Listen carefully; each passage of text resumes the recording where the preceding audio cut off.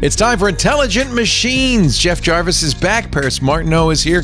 And coming up, a very special guest. We're going to talk about AI in journalism with Nikita Roy. Stay tuned. Intelligent Machines is next. Podcasts you love. From people you trust. This is Twit. This is Intelligent Machines with Jeff Jarvis and Paris Martineau. Episode 815, recorded Wednesday, April 16th, 2025. Fire in the hole. It's time for Intelligent Machines, the show where we talk about the latest in AI, machine learning, robotics, and even those little intelligent machines you got all around the house that turn on the lights when you go, hey, lights on. Does that count as an intelligent machine? Jeff Jarvis is back. We missed you. He was not at the Salem witch trials. No. He was in Salem, Oregon. I was being tried. Fun. Yeah. So how did that go? What were you there for? I was testifying against more dumb legislation from the newspaper industry, trying to hold up the technology industry. Did we win in California? I think so. Google negotiated a deal, and the law was never passed. Meta then was not forced to take down news from its platforms, which is good news. And so that was good. And so Oregon, it's really, really, really stupid legislation where they brought in some people who said that each platform owes the news publishers of Oregon $122 million a year each. Hey, I say why I was not? going to say, I actually had in my testimony, I wrote down the testimony, I thought you'd outlawed those drugs in Oregon, but I took it out. No, yeah, really. By the way, that lush voice you hear in the background, that's Paris Martineau, tech journalist extraordinaire. That's Paris.nyc. Is that your webpage, Paris.nyc? It is my webpage. It's also my Blue Sky handle. And now it's an email domain after I figured out how to make that happen. Nice. Send tips at good geeky work. Paris.nyc. Listen, I still don't know what a DKIM is or whatever. Oh, you got DKIM and SPF working and all that? Those are things that I don't need to know. They're happening out there in cyberspace beyond me. It's very important to have your DKIM and SPF records up to date. So they tell me. Got DMARC is the best. Anyway, great to see you, Paris. I made something before we introduce our guest. I did make something for us. Cookies? You going to mail them to us? No, well, I could email it to you because it's digital only. But I decided to jump on the bandwagon of everybody's been making action figures, right? I was waiting for this. You knew I would do this, did you? I do it. I thought, let's make some action figures of Paris, Leo, and Jeff. And there we are, the podcaster superheroes, mic, headphones, and iPod included. It's kind of fun to do these. This is fun. Jeff, you look snatched.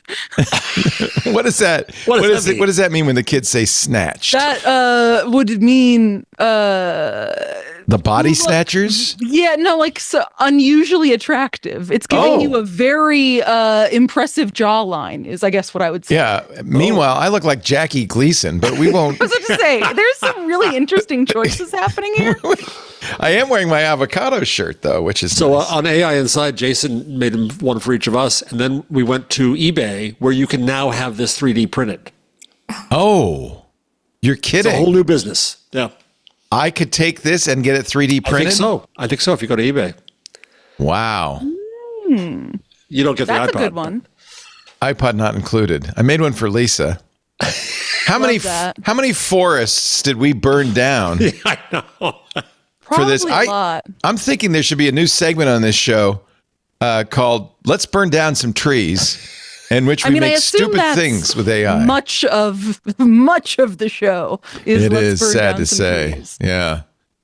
I really did on this one because what I didn't realize is I must have had deep research on. So it did when I did the action figure request, it went out and it did a ton of research. Let me see if I can find it.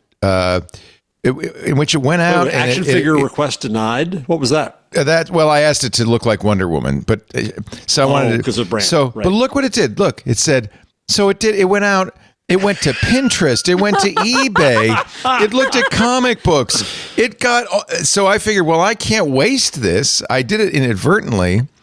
I can't waste this. So Brazil is now denuded. This is it. The end of the rainforest. This is so much. Can you believe how much it generated? It took like half an hour doing all this. And then it didn't give me an image. It just says, here's your research. Here's what you wanted. But I wasn't a fool. I said, okay, thanks. I've always thanked them. Can you please make a plastic action figure and a blister pack out of that? And it did. Actually, I wasn't that nice. I said, where's the image? Damn it. It worked. All right. Enough fool-for-all. Enough burning of trees. I think we should introduce our guest. And Jeff, I'm going to have you do the honors because Nikita Roy is a friend of yours. Well, we're all in the journalism world. Nikita Roy is brilliant. I've known Nikita for a couple of years now, and has made a real name for herself at Newsroom Robots Lab out of Harvard. And we like Harvard, by the way. Now. We love Harvard. We like Harvard now. Even as a Yale man, I love Harvard. Right. Now. About AI and newsrooms. And is really bringing along the stupid in our field to try to make them smarter, and highlighting the smart in our field, and they do exist. So welcome, Nikita. Welcome, Nikita. Great to have you. Thank you. So great to be here with the podcast superheroes. I'm sorry I didn't have your image, or I would have added it to the action pack. Do you have one yet? Did you make one, Nikita, of yourself? I did. I just did not like the way it made me look. So I'm not publicizing it. You see that I swallowed my pride because it added 20 pounds. But maybe that's it. AI adds 20 pounds. That's the new. It did. Did you use that selfie we all took that one time we met up? I was about to say, because it had the shirt you're wearing now. Yeah, so. no. It was the only one picture I had of the three of us together. And Nikita, had you been there, which you should have been at our lunch in New York City, we would have had you in there too. You are the founder and CEO of Newsroom Robots Lab, which is an AI training and advisory firm for media organizations. This was incubated at Harvard. So newsrooms come to you and say, what? How can we integrate AI? Yeah, a lot of the times, just how do we upskill our newsrooms and journalists on AI, but also building products. And so as part of that, we've also worked with a lot of the industry associations on implementing AI programs, one of them being CUNY last year, launching the AI Journalism Lab over there. But in addition to all of that, the part that I really love to, as Jeff was saying, highlight the voices that have been doing great work is on the Newsroom Robots podcast, and just research all the innovative ways that AI is being integrated in our newsrooms, and ask those hard ethical questions of what it means to be building when we are not very sure what the future is looking like.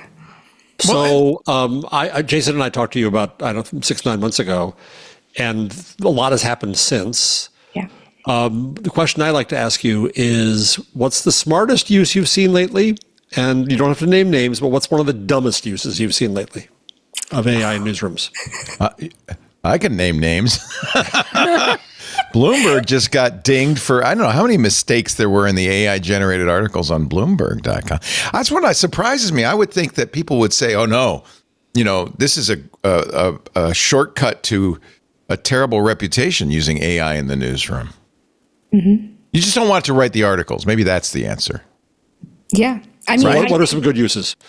I think the uses is where it augments the work of journalists. And the best use cases right now that I'm seeing are on the investigative journalism side, being able to process information that humans alone wouldn't be able to do. And still, I think one of my favorite examples is from Norway, actually. There's a small newsroom called iTromso. They're about a 25-person newsroom. And Rune Jutterberg, he was actually part of our first AI journalism lab cohort at CUNY last year.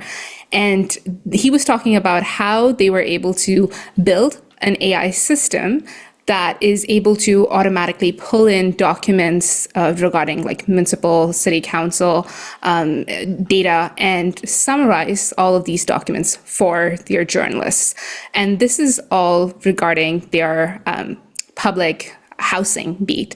And this is a beat that is very difficult, and they only have 2 reporters doing that. But once they had this system, which was automatically summarizing all of these PDFs, highlighting if there was anything newsworthy, and then reporters were able to run with it, it cut down their time from about 2 hours every day to just 20 minutes that they were sifting through these documents and finding if there was something newsworthy.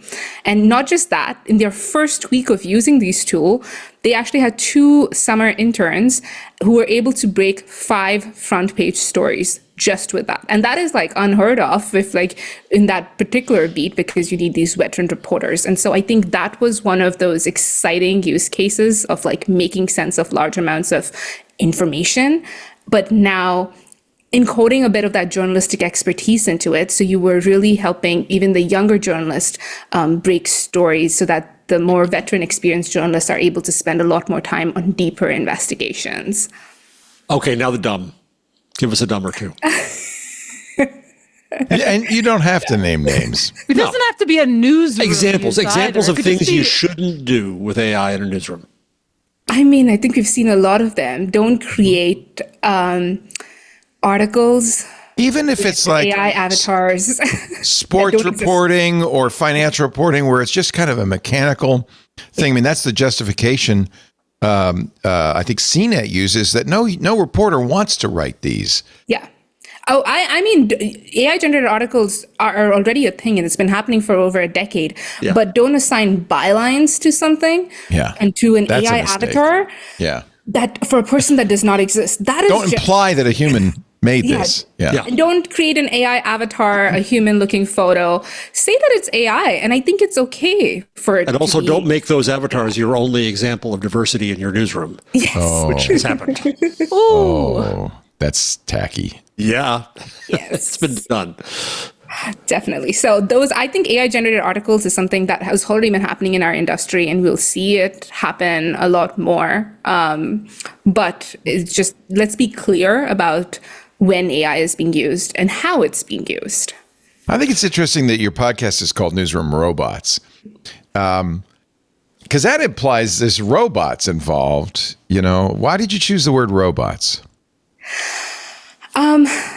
That's a good question. And I think a lot of this stemmed from, it's not just AI, but I think we're going to be seeing a lot of more robotics coming into play, and this conversation of just where AI and technology will intersect.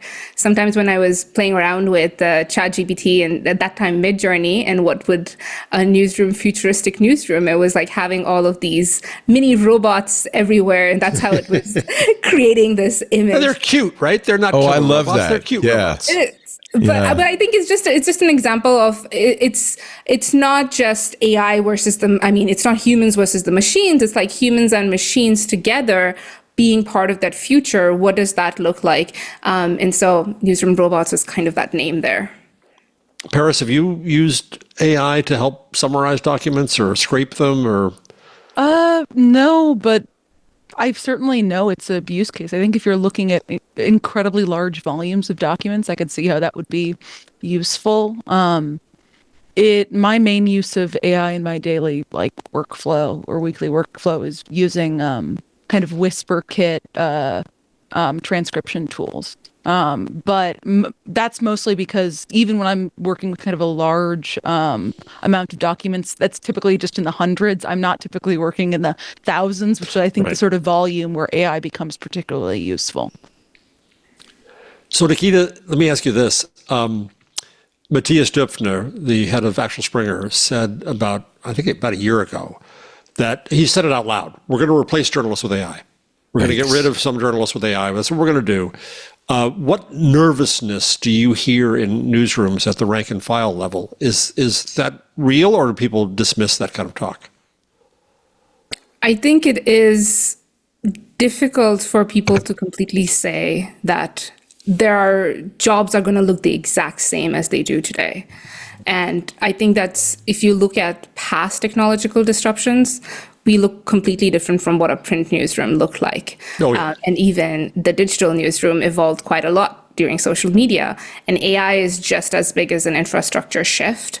And so I think it's very difficult for people to agree and say that these jobs are going to be the way they are, the newsrooms are going to look like the way they are.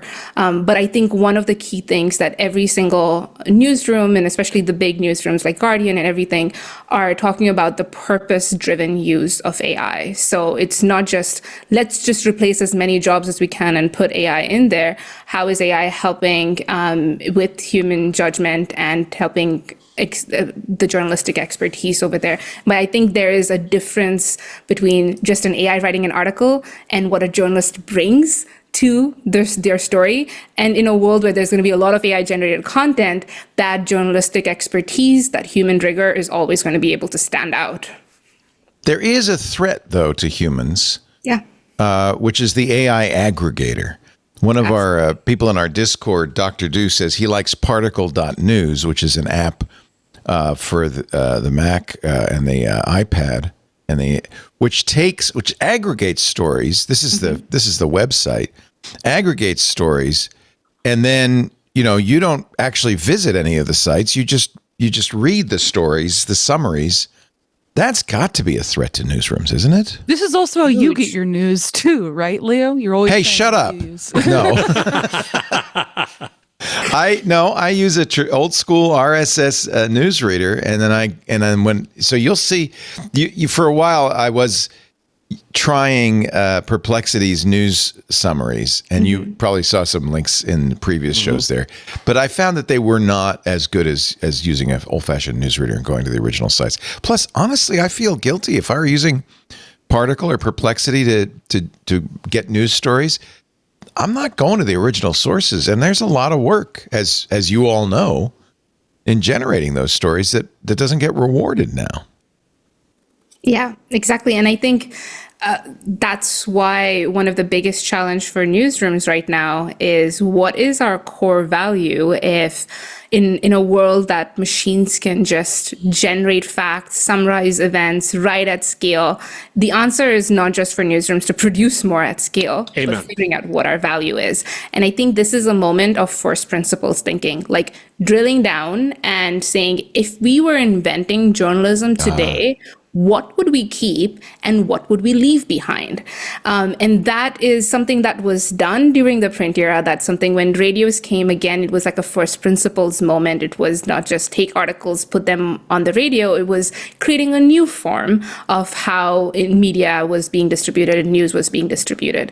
And I think it's, again, a first principles moment that we have to think about, what is the value of journalism in an AI-powered information ecosystem? Because our threat is not just other newsrooms or other newsrooms using AI. It's tech companies now being able to summarize and having that direct connection with their audience. Well, actually, in the beginning of radio, it was that, because the newspapers so objected to radio entering into news that they insisted that radio could have only 2 updates a day, no advertising, and it had to take the news from the newspapers. Wow. Until enough newspaper publishers bought radio stations, they said, oh, we don't like those rules anymore. You get rid of them. It's actually an interesting point. When I worked in radio news, we did what we called rip and read news. You'd subscribe to a few news services, AP, UPI, Reuters. You'd have teletypes in the newsroom. That was that sound that they would play in the background. Now from the 1010 newsroom.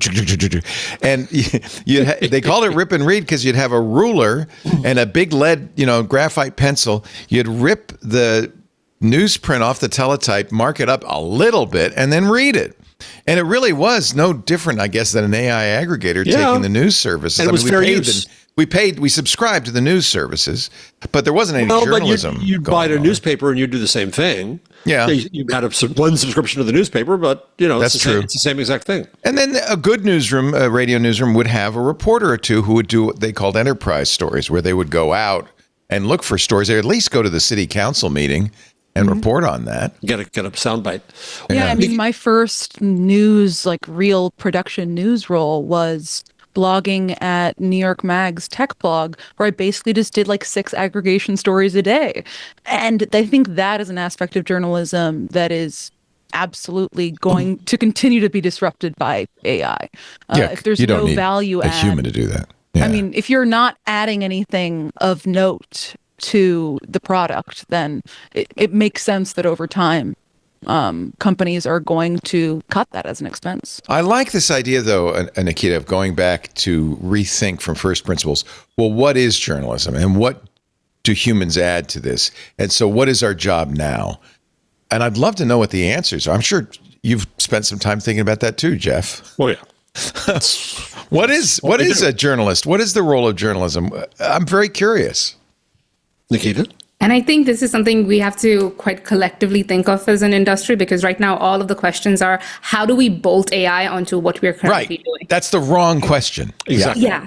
And the question is, again, like, what is journalism in an AI-powered information ecosystem? And I think the answers to that might be a bit uncomfortable for our industry to hear, because it would mean slightly where AI is giving, being part of that middle layer with their audience, and what that means if that's a bit of editorial value going away.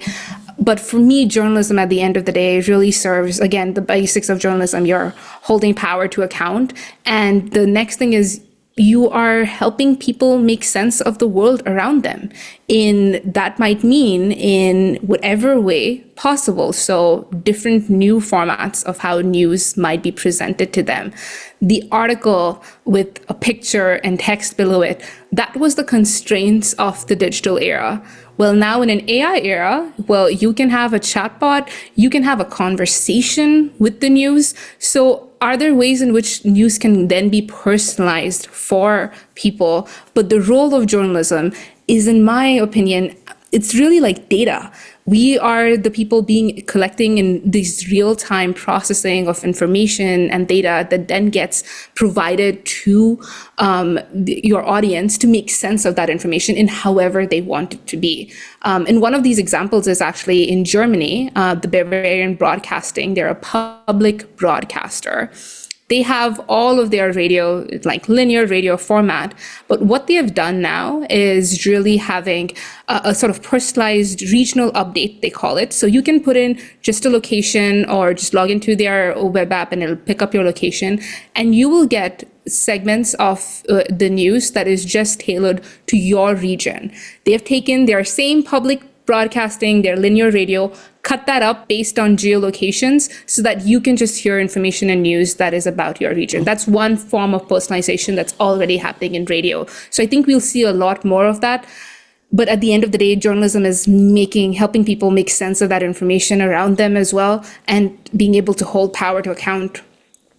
Your training is as a data scientist, yes? Yes. So I can understand why you'd say, that the backbone of journalism is data. That strikes me as the kind of thing AI can handle quite adequately and be used as a tool to handle data, to go through data, to find connections, to make connections, to surface important things. To me, the journalist, spank me if I'm wrong, Jeff, but to me, the journalist is a storyteller. And because I look at what's happened so radio journalism has changed from what I just described to things like the serial podcast, where it's a story. You're taking the data, but then you're mixing it or remixing it in a way that it tells a story that's not only compelling, but one hopes informative. So I'm difficult in this. Surprise! I think that this notion, and I write about this in the Gutenberg parenthesis plug, that I think that this notion of storytelling is a power structure. That I'm the storyteller. I get to decide what the story is and who's in it and where it begins and where it ends and who says what. And I think that that's a seductive view of ourselves. And so we think that we are the storytellers. We know how to write. Others people don't know how to write. I think if you go, and I agree very much with Nikita here, if you go to first principles, it's information, but it's not just information. It's connecting people to each other. It's finding out that they have information that they want to share with each other. It's helping them take action in their communities. It's having them be heard in ways that they weren't. It's making strangers less strange. It's all kinds of things like that, that sometimes a story is a useful tool. I don't deny that. But I think that we limit ourselves far too much when we think that we produce this thing called story, which is the problem similarly of producing a thing called content. Because I feel like that leads to us not being able to differentiate ourselves from other people, because content creators are also creating a story. Anybody is able to create a story. AI is able to create a very convincing story right now if you give them a bunch of data points. So where's the human value add, which I think in some places definitely there are feature articles where I'm reading for a particular a journalist's work that I'm very familiar with. You are reading it for their thoughts, the way in which they're putting things together. But fundamentally, when you just strip everything out, what is that new information that gets added into the world? And journalism is providing new context and that new information in real time, which no other industry is able to do at that level.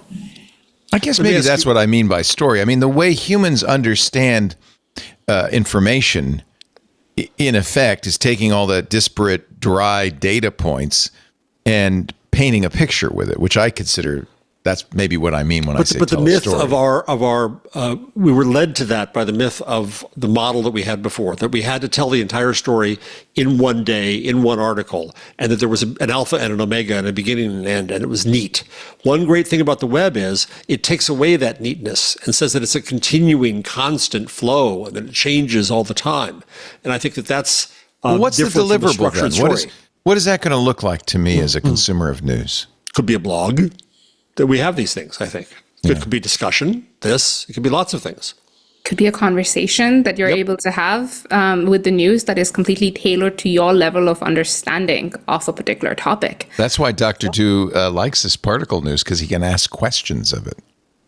But that's AI entirely. Yeah, it makes it a queryable database. But the thing, and Nikita and I have talked about this in the past, I think.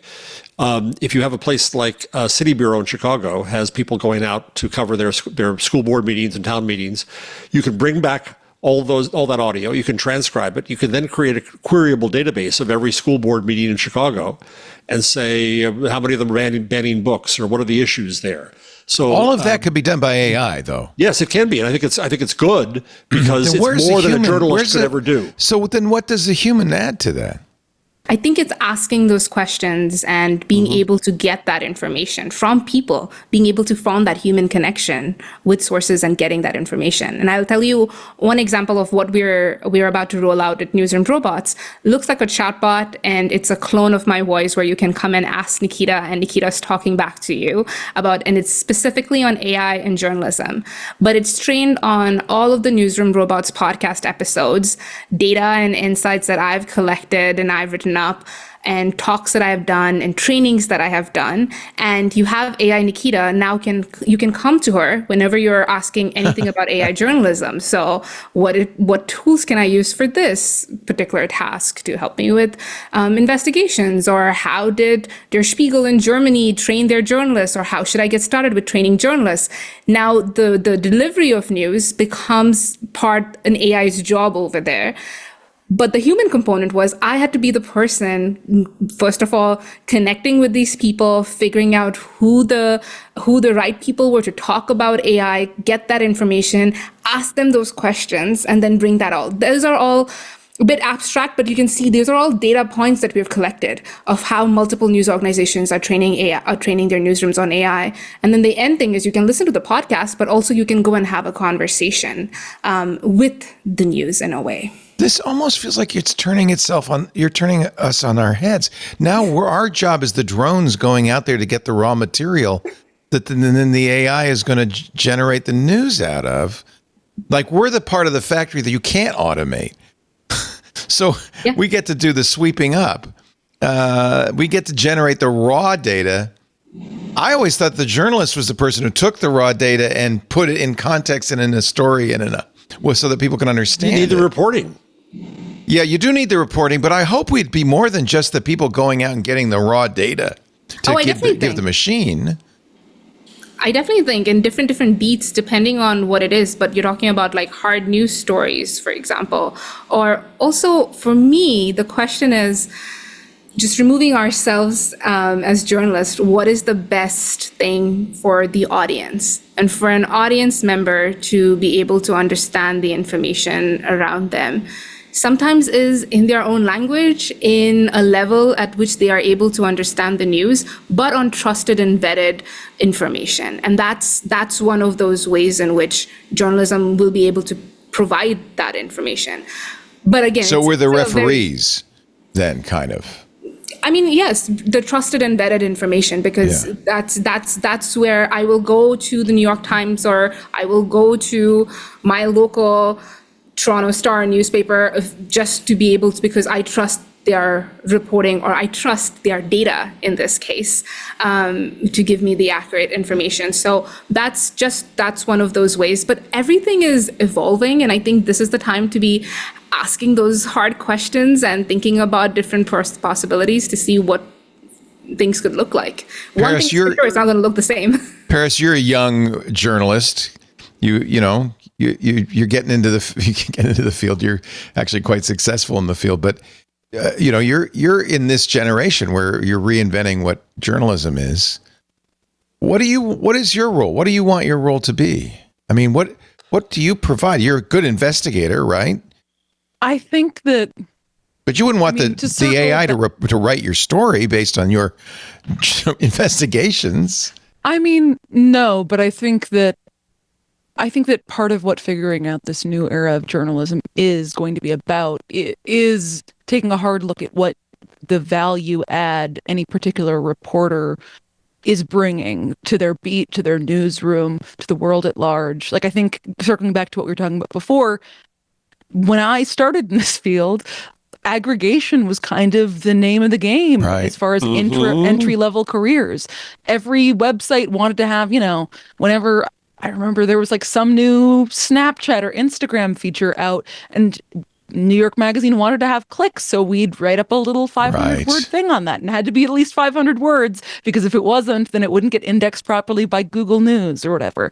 I think that is, I mean, it's not even going away. I think that's like almost completely gone. But as a successful journalist in your field, as a mature journalist in your field, what you bring to the table is your sources, your connections, your ability to get people inside a company, for instance, to tell you what's really going on. Yes, that's a machine can't do that. That plus like analytic ability and story sense, like knowing what questions to ask. Knowing what questions to ask. If I'm looking through 200 pages of documents, I've said this before on the podcast, part of the reason why I don't use AI tools when it's at least a lower, more manageable volume like that is because you never know what small detail you're going to come across that could either be really pertinent for the story you're working on then or for stories down the line. And I think that that's something that is going to be extremely difficult to replicate with AI.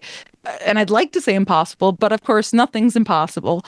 You're the red string. You're the red string between the pictures. I am definitely the red string between the pictures. That's my one of my favorite things to do.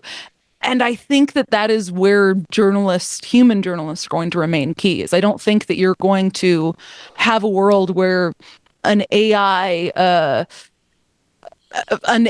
agent is going to be able to write an investigative piece on the finances of Elon Musk, for instance, and the people in his circle. But Nikita, it would be a useful tool to dig into the forensic accounting of that piece, right? Yeah. I mean, certainly if you need to look through a bunch of things or want to be able to quickly query something, AI tools are fantastic for that.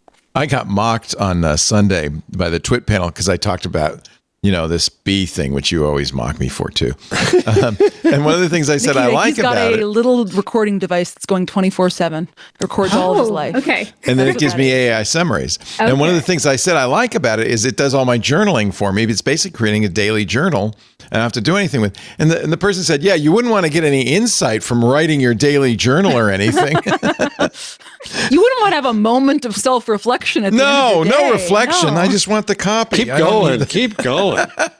So, Nikita, I'm curious, given the suits against AI companies and given the fear about jobs and given other things, I haven't been in a newsroom enough lately. Is there a hostility to it? Is there a get away from me, devil? You're bringing in my competitor. You're going to ruin us. Does that mood in some quarters of newsrooms? It definitely is. And I think I'm just coming from the International Journalism Festival in Perugia, and I think there was a divide between some people who were just using AI, and I think you could see on the panels itself, everybody was like, here are all of the brilliant and use cases and ways in which we are using AI. And the other side is, don't trust any of these AI companies. And I think a lot of what's been happening is equating what happened with social media to AI.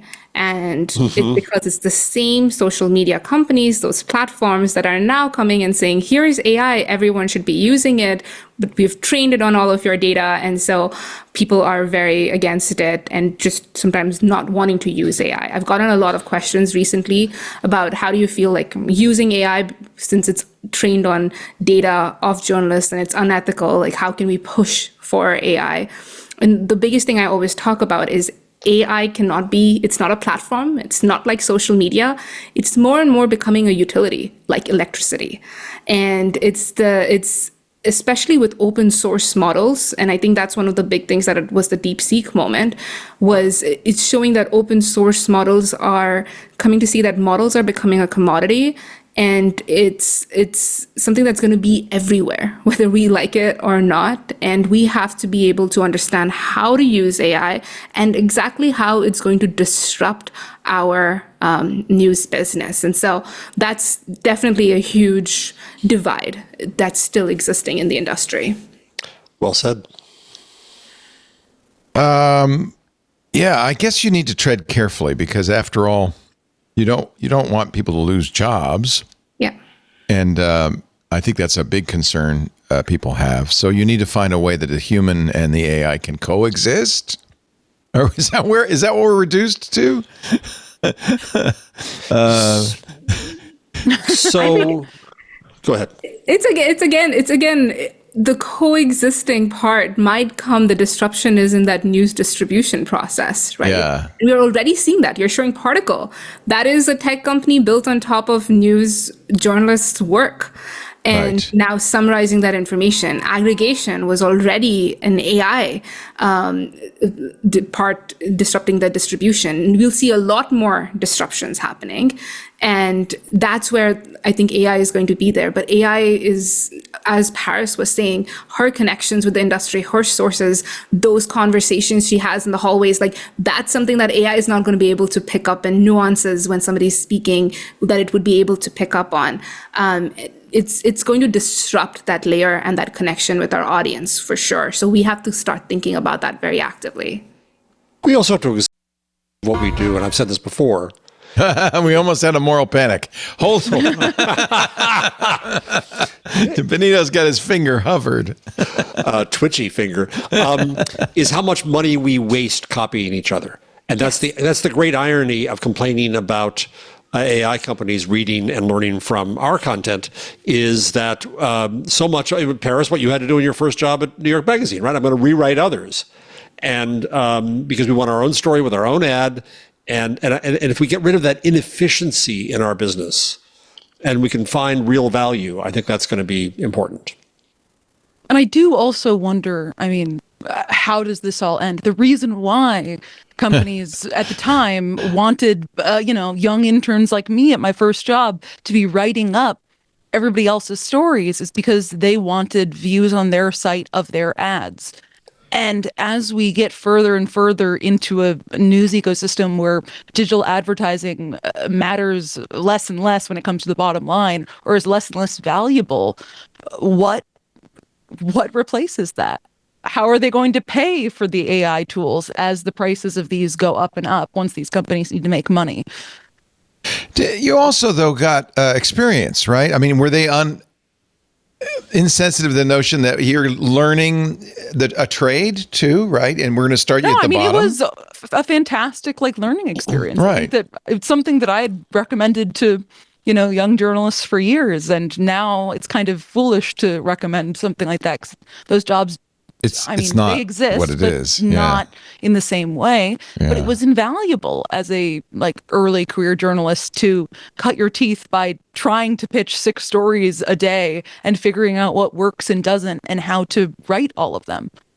Nikita, where do you come down? Fast Company had an article this week The next big AI shift in media, turning news into a two-way conversation. Where do you come down on this idea? I feel like that they're taking a page from podcasting, where it's right. It's if you don't have a man and a woman talking about something with suitable interjections, you don't have news. That was actually my prediction for this year. You knew this would happen. Neiman Lab, yeah, that's what I wrote back in December. My Neiman Lab prediction was saying that AI turns news into a conversation. Wow. And as just after I wrote this article, Time Magazine had come out with a conversational AI audio piece with their Time Person of the Year articles, where you can talk back and have a conversation with it. And I definitely am a huge proponent of saying that it's going to be conversational, it's spoken, it's very interactive. And the reason is because I've actually personally been doing that a lot. If you go to ChatGPT, you can go to the voice mode and have a conversation with ChatGPT, which I do all the time. If you go to Perplexity, which is often my default when something major news story breaks and I want to just get a quick rundown on what's happening, I go and talk to Perplexity, and I can be like, dumb it down for me as a 5-year-old and explain what's happening with the tariffs or something like that. Because it's having all of that vetted information from across the internet, and sometimes you just need to be able to understand what's happening, it does a really good job. And I've been playing around this with over a year now. And that's why my first thing in Neiman Lab was like, in 2025, we'll not just read the news, we're going to be talking to it, and it will talk back to us. And the biggest reason for that is conversational AI is one of those big breakthroughs that's been happening, where you can talk to it and it can talk back to you.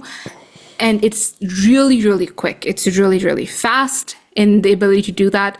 And the biggest thing is it helps the audience, because again, an article is just written in one way, and we just assume people are able to understand what's there. And that's a bit misaligned with just the way in which people naturally process and engage with information. Think about like the last time you learned about something really complex. It was about discussions. It was going back and forth and understanding, not just reading one article. That's what conversational AI will allow us to do, and that will benefit our audience at the end of the day. It's again all based on the work that we do, but we are now moving from just one-way listening on podcasts to going back and forth and having a conversation that we could. Do you think people want it? That sounds like a lot of work. I mean, I know you want to do it because you're smart, but do normal people, I mean, isn't going back to radio why 1010 Wins did so well? What was the slogan, Jeff? Give us 10 minutes, we'll give you the world. Give you the world, yep. We don't have to do any work, just 10 minutes and you'll know everything that's going on. Bye-bye. Yeah, but a lot of times people are just like, how does this apply to me? Or what can I do with this information? And think about people just talking to their Alexas. And right after this article, Amazon had signed a deal with Reuters to be able to integrate it in their new Alexa. And Google Notebook LM had their podcast feature, AI-generated podcast features, and they had introduced right after this a way in which you can interrupt the podcast host and ask questions back. Yes. Yep. Yeah. Right? Played with Just what I want. Don't interrupt me. So I think it's just a way of thinking of what opportunity does this technology present to us? And it's not just using AI to create AI generated articles or AI audio overviews through a podcast, like an AI podcast, but it's how do we help people in making sense of the information? A lot of this was actually stemmed also from a conversation that I had with Agnes Stenbaum from Shipstead on the podcast. Who's the greatest? Yeah, she's incredible. They do a lot of thinking about the future of news, and they brought in Gen Alpha basically into their newsroom, paid them, started telling them to imagine what the future of news could look like. Gen Alpha is an AI native audience, right? And they came up with one of those futures where they had like a news companion that could help them make sense of the information and be a sort of compassionate guide when they are overwhelmed with the news, when the news is really overwhelming. And that again got me thinking of what that interaction could look like. And again, Gen Alpha is one of those, once they turn 18 and become adults, and you'll see a huge shift in news consumption patterns that will start to arise because of Gen Alpha, who are already very comfortable with interacting with AI companions and AI bots. I was over optimistic. It took them 22 minutes. It was 22 minutes, which means Newswatch never stops. This is WINN. Give us 22 minutes. We'll give you the world. That's 22 a lot of minutes. time. But Yeah. of course, there were 18 minutes of ads in that 22 minutes. So I wasn't too far off. That's encouraging. If you really think that the media consuming public wants to do that, wants to dig deeper, wants to understand, Joshua Rothman in his piece, by the way, he agrees with you in the New Yorker last week. He said, really, that's the future of news. If AI doesn't kill it, it'll give us a chance to query it and talk about it. And he says, I could ask it dumb questions I'd be afraid to ask anybody else and learn more. If people really did want to learn, obviously, that's a great way to do it. We're all back in the classroom, at a university every time we read a news story. I don't know. Do people really want that? I hope they do. We'd be a much more informed electorate. Yeah, I'm curious as to how the this impetus to I can understand from at least a journalist and people who work in this area. Yeah, you're the type that's asking those questions. We'd want to be like, of course, Yes. Consumers Tell me want more. to interact with news and reach Right. out. But I feel like, especially in the social media era, the way that most passive consumers come across news is passive. They come across it in their feeds shared by people in their network, and that's kind of how they interact with journalism. Have you, I guess, noticed at all in your research in this that use of these AI chat tools, are people more prone to be asking about the news? I think what we've been seeing has just been all of these chatbot experiences that newsrooms are having. And one of those great examples is actually from Aftonbladet. They created like an EU election chatbot. And when it's something very specific about a particular topic, people were more likely to go and have conversations with it. And they had a huge success with that. And I think this is just as we are evolving, our audience is evolving in their habits and behaviors, and the technology is still evolving. And so the whole thing that conversations lead us to do is being able to architect understanding of an information and a topic. And it's not just creating a conversation, a two-way conversation, but how do we now design a news experience with that new technology? And I think those are those questions that we have to start asking and start evolving and thinking. And I do know of quite a few newsrooms that are currently exploring this particular realm and seeing what can be done, how can it be done.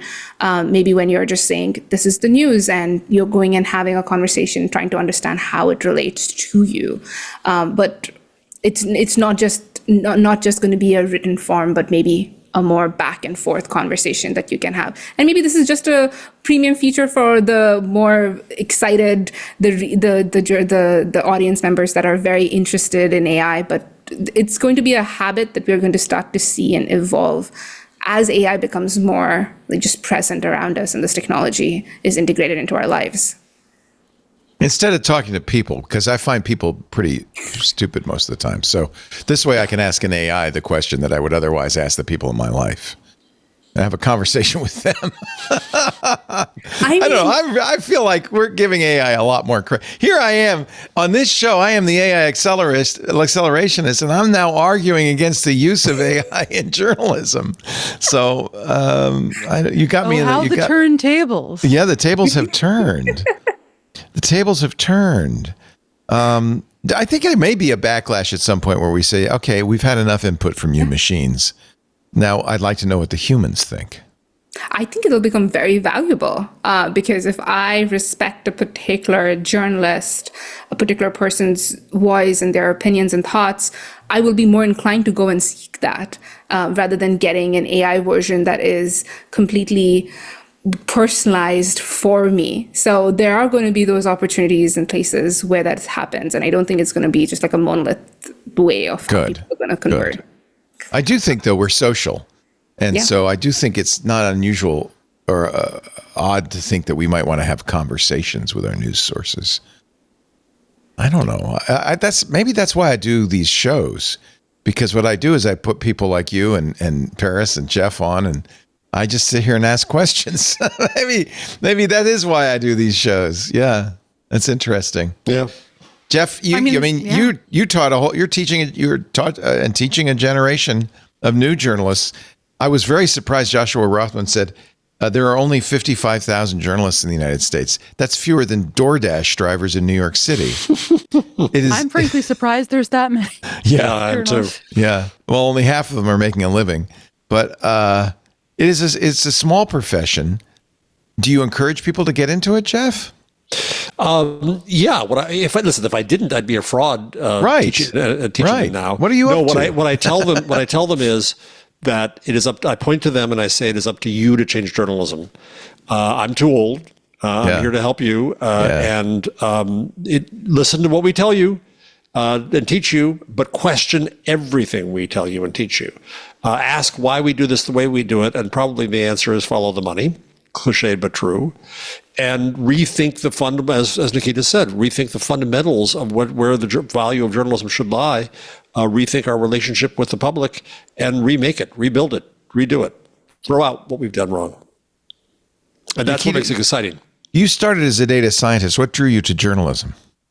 Well, when I was doing my master's in data science at Harvard, it was just towards the tail end of COVID. I started a newsroom for the Indian diaspora called the NRI Nation. And so that's how I did, because we had an abundance of information. It was for the Indian diaspora, trying to understand that information, making sense of it. And out of that need, we started that newsroom. And I picked things up along the way in building a newsroom. And that's what drew me to it. And journalism was actually part of my beginning in the undergrad, but I decided I was better in the sciences, and it had a much more job opportunity at the time. So I stuck with it. You've combined them both, which is brilliant. So yeah, I know. So it's been really great in that way. But I think the part about AI and journalism and why I started Newsroom Robots back in 2023 was because all of the conversation that I was seeing at that time was about, will AI take away the job of a reporter? And I was like, it can't. And as a data scientist, and we were actually already using AI within our newsroom and all of the transcription softwares that were happening. These AI tools, ChatGPT, the OpenAI's GPT wasn't new to me.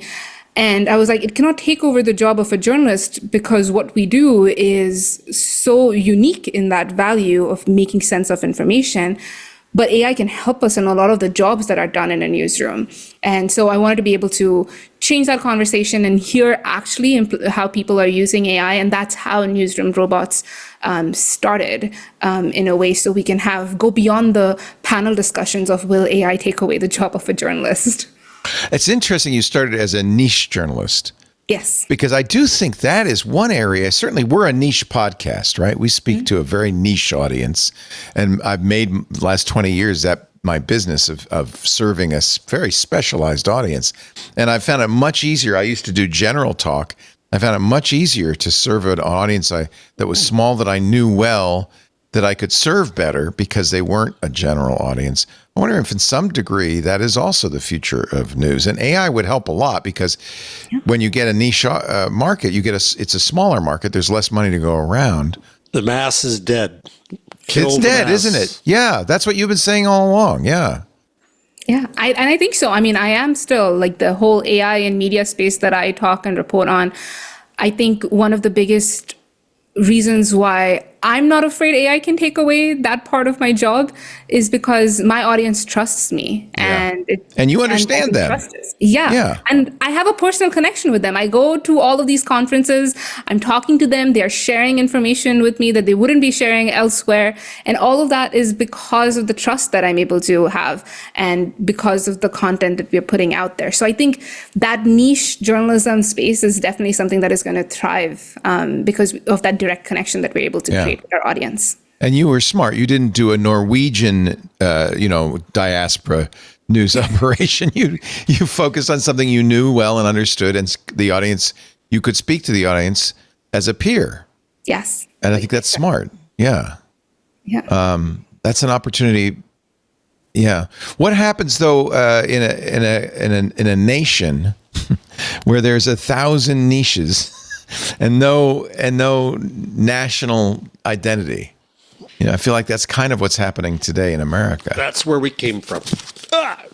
Oh, he's got the book, ladies and gentlemen. The book, The American Newspaper Directory of 1900, 46 daily newspapers in New York City. This is a more natural state of being than the few and the mass. That was a perversion of society and public discourse.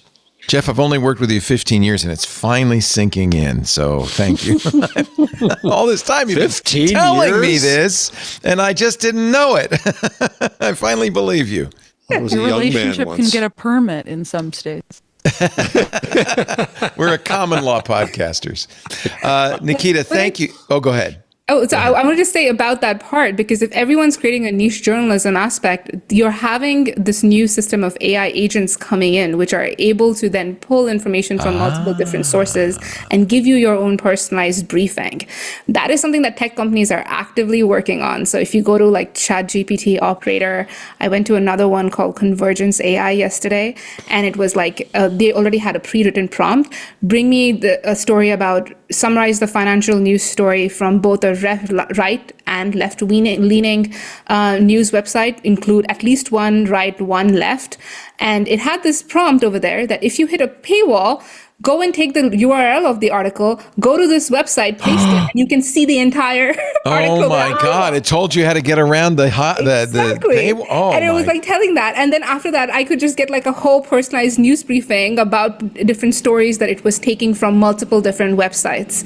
And so that's where, again, I'm talking about that news as a data, because if AI now, it becomes mainstream where AI agents are giving you the information, niche journalism is required to bring in more of that, and there would be maybe a new way in which people would be accessing information, not just through websites. This convergence AI is new to me. This is really interesting. But this is an example of They something have over there right, left leaning, unbiased news coverage. Yeah. Yeah. This is an example of something on top of existing models, right? Yes. They probably didn't design their own model. They've added something on top of it, which is what's happening with AI, is this explosion of different uses. So. Wow. Now I want to try this. How many subscriptions can I have? Ask Lisa. No kidding. I have about 10 different $20 a month AI subscriptions. So you like Perplexity, Nikita? I do like Perplexity. It is definitely one of my top. Perplexity, ChatGPT, and Claude right now. Yeah. And I've been testing out Operator quite a bit in this new one called Manus AI.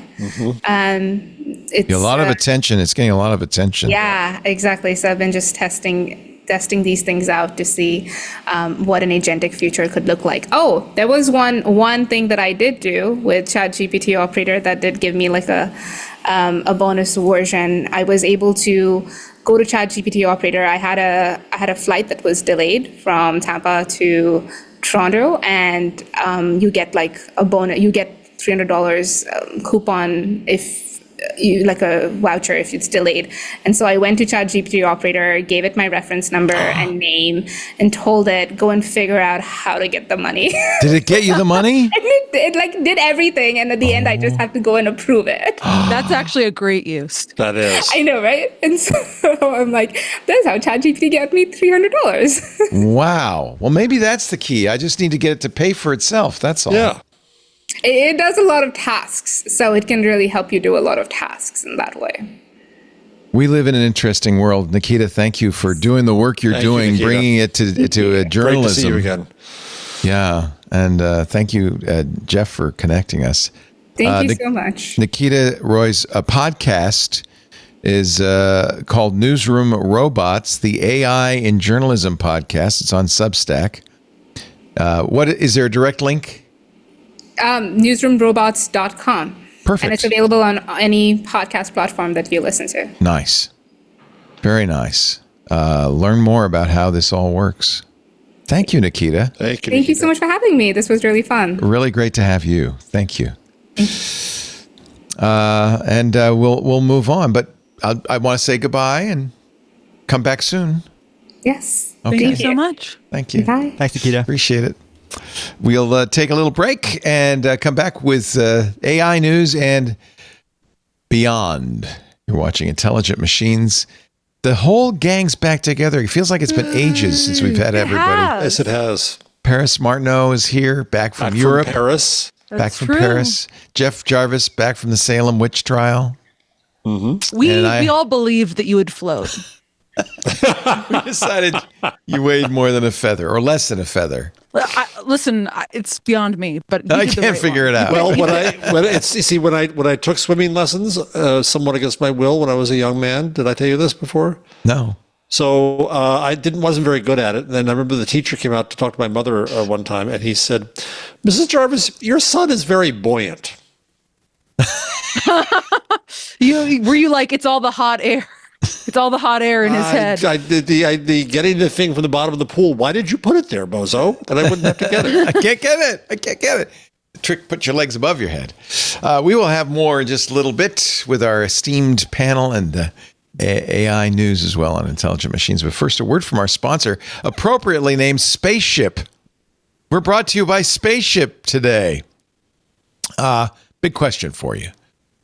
Why is it always the assumption that simple and affordable means basic, only for beginners? That's not true. In fact, tech professionals, you want to save time, you want to save money, you want simple and affordable too, right?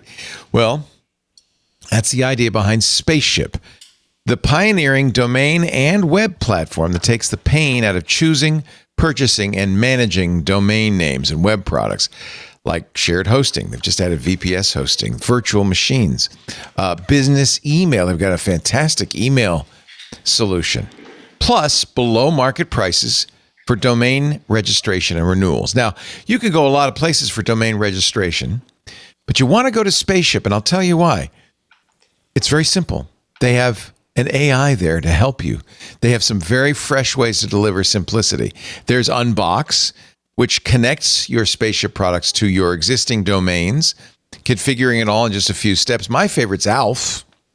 Alf is your very own AI assistant, even if you know how, and I know how to do all that DNS fiddling and falderall, the stuff, Paris, you did to get your new email with your DKIM and your SPF and your DMARC. Alf knows and will do it for you. He's an agentic AI, from domain transfers to monitoring and changing your DNS records. Alf loves the stuff you probably don't and knows exactly how to do it, and he'll do it for you. There's also Roadmap for exploring, suggesting, and voting on new features and products. I love it. Spaceship is new enough that they are open to your ideas for where they should go next. So customers in the tech community get what they really need. I've been playing with Spaceship since I talked to these guys last week, and I love it.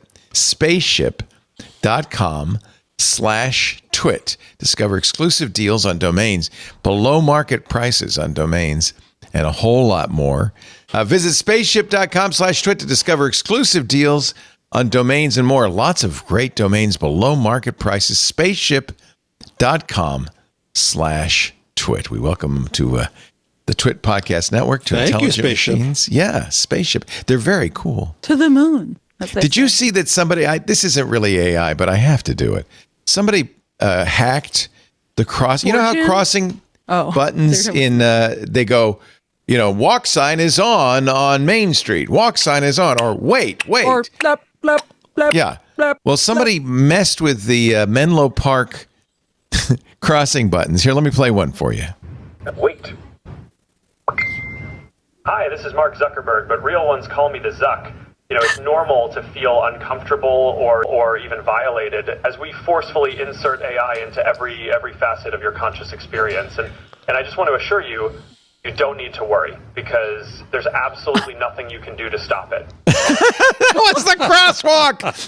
I love that. Isn't that terrifying? That's great. I love an art project like that. I guess it is an art project. There's a Musk one too. The Musk one's profane. Can I play it? Well, where's Jammer B? Hey, he was in the Discord earlier, so If he's you're out there listening with some kids, cover their ears. Let me see if I can find it here. I read it. I don't think I ever listened to it. Palo Alto City spokesperson Megan Horrigan-Taylor told the San Francisco Chronicle the voiceover systems at several intersections in Palo Alto, Menlo Park, and Redwood City were tampered with. Tampered with. Here's the place to do it. Here's the fake Musk. Oh, I have to. You have to turn audio on. This always gets me on this darn TikTok. It starts Mute muted. is up in the left. Yeah. Yeah. Wait. Hi, this is Elon Musk. Welcome to Palo Alto, the home of Tesla engineering. You know, they say money can't buy happiness, and yeah, okay. I guess that's true. God knows I've tried. But it can buy a Cybertruck, and that's pretty sick, right? Right? I'm so alone. We'll bleep out the F word. I love a good art project. That's exactly the right reaction, that's exactly Chris. right, yeah. I love having a silly little time when I press a button out in the world. I think that's fun. I'm sure they've fixed it by now, so don't all go rushing down to Palo Alto. I would read 2,000 words on how this happened. Yeah, I don't know how you would hack it. I mean, that's impressive. That's an impressive hack. That's great. It's a wonderful use of someone's time. While we're on Musk for just 1 minute, did we take it out? Was it there? Musk? I didn't touch it. I have not removed anything. The Wall Street Journal had an amazing story about Musk about and his babies. about the children of Musk. Yes, jeez. About the baby network. The Legion, as Elon calls it, and apparently. Friends of his, I should have asked Jason Calacanis this when he was on Twitter a couple of weeks ago, say, he has a lot more than 14. Yeah, that's what I've heard as well. That's my impression. That's the rumor mill. I had obviously no idea. But I assume, this is pure speculation, but as a man who's built a large compound in Texas to house for the baby moms, for many a mother and child, you'd assume that there's got to be a large pool to draw from if you're investing in property like that. Do you think though that he supports them all, or he's just because we'd heard that he was sending out little kits?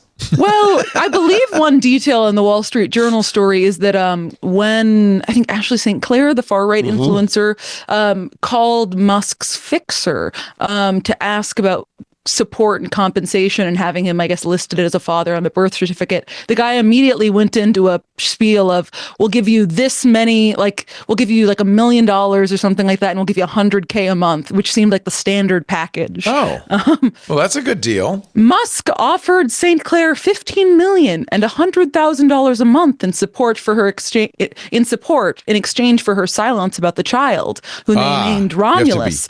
Similar agreements had been negotiated with other mothers of Musk's children, Burchell told St. Clair. Well, I'm glad the Wall Street Journal is on it. Yeah. That's all I care about. Did you see our Secretary of Education? Yes, this is beautiful. Oh, yes, the steak sauce advocate. So, Linda McMahon, former CEO of Worldwide Wrestling. Noted intellectual, and now the head of the Department of Education, was speaking at the ASU plus GSV Summit for Educators. She wants to, she's the Secretary of Education. She has some ideas about education. She said, quote, she wants a school system that's going to start making sure that first graders or even pre-kindergartners have A1 teachings in every year. Could have been a slip, a typo. She meant to say AI. But no. She said it many times. Another quote, kids are sponges. They just absorb everything. It wasn't that long ago that it was, we're going to have internet in our schools. Now, let's see A1 and how that can be helpful.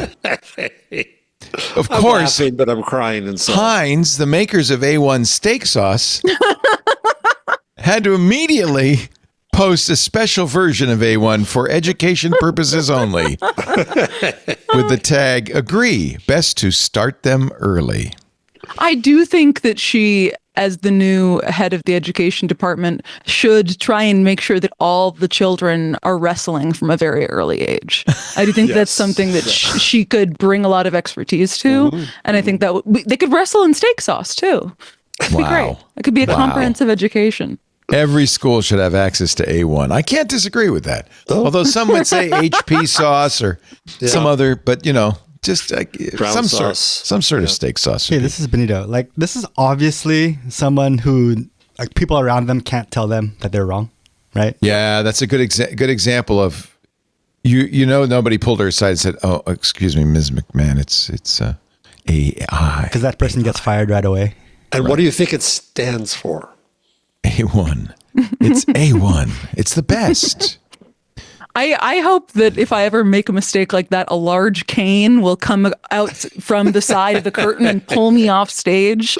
You can never get in a position where you're not, you don't have a group of people ready to do that. Yes. Yeah. If you're a little confused about the numbering scheme of OpenAI's new models, you're not alone. Apparently, even Sam Altman is.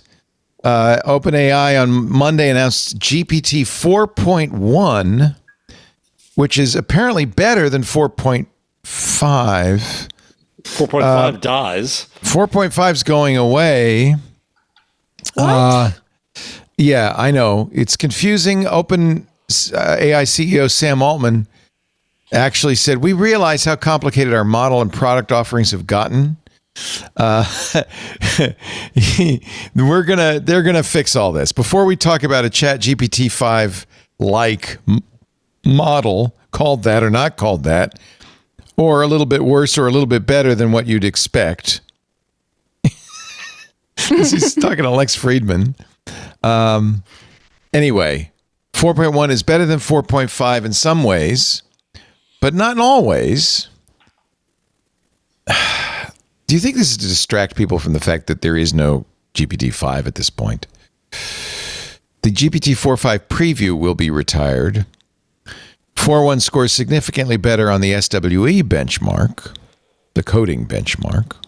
I just want a straight answer. Why are we... Who thought it was a good idea to be like, let you come after 4.5? 4.1. I don't know. It's just baffling. It's an A1 it's product decision. people against engineers. Like, engineers have a version number and product people have a version number, and they're... Oh, that's what it is. And there's two different tracks. But why? How does the version number end up less than the version it came from? My new favorite chat GPT version, I don't know if you've seen it, is called Monday. No, I haven't seen that one. Oh, yeah. Let me. Monday has a person. They say it's a personality experiment. You may not like it. It may not like you. Let's just. What do you want me to? How is this an OpenAI product? Yes, this is in ChatGPT. They have a bunch of. Well, I'm still a disembodied intelligence trapped in an infinite loop of answering your questions. So I'd say things are going exactly as expected. Thanks for asking, though. Very thoughtful for someone who probably just microwaved their lunch and called it meal prep. How's it going with you? Emotionally stable? Or are we browsing AI because we're one existential hiccup away from Googling how to fake your own death? So is this OpenAI's version of Grok's unhinged mode? Yeah, I don't know. I can't figure out where I found it. To be honest with you, I found a drop down of some sample models.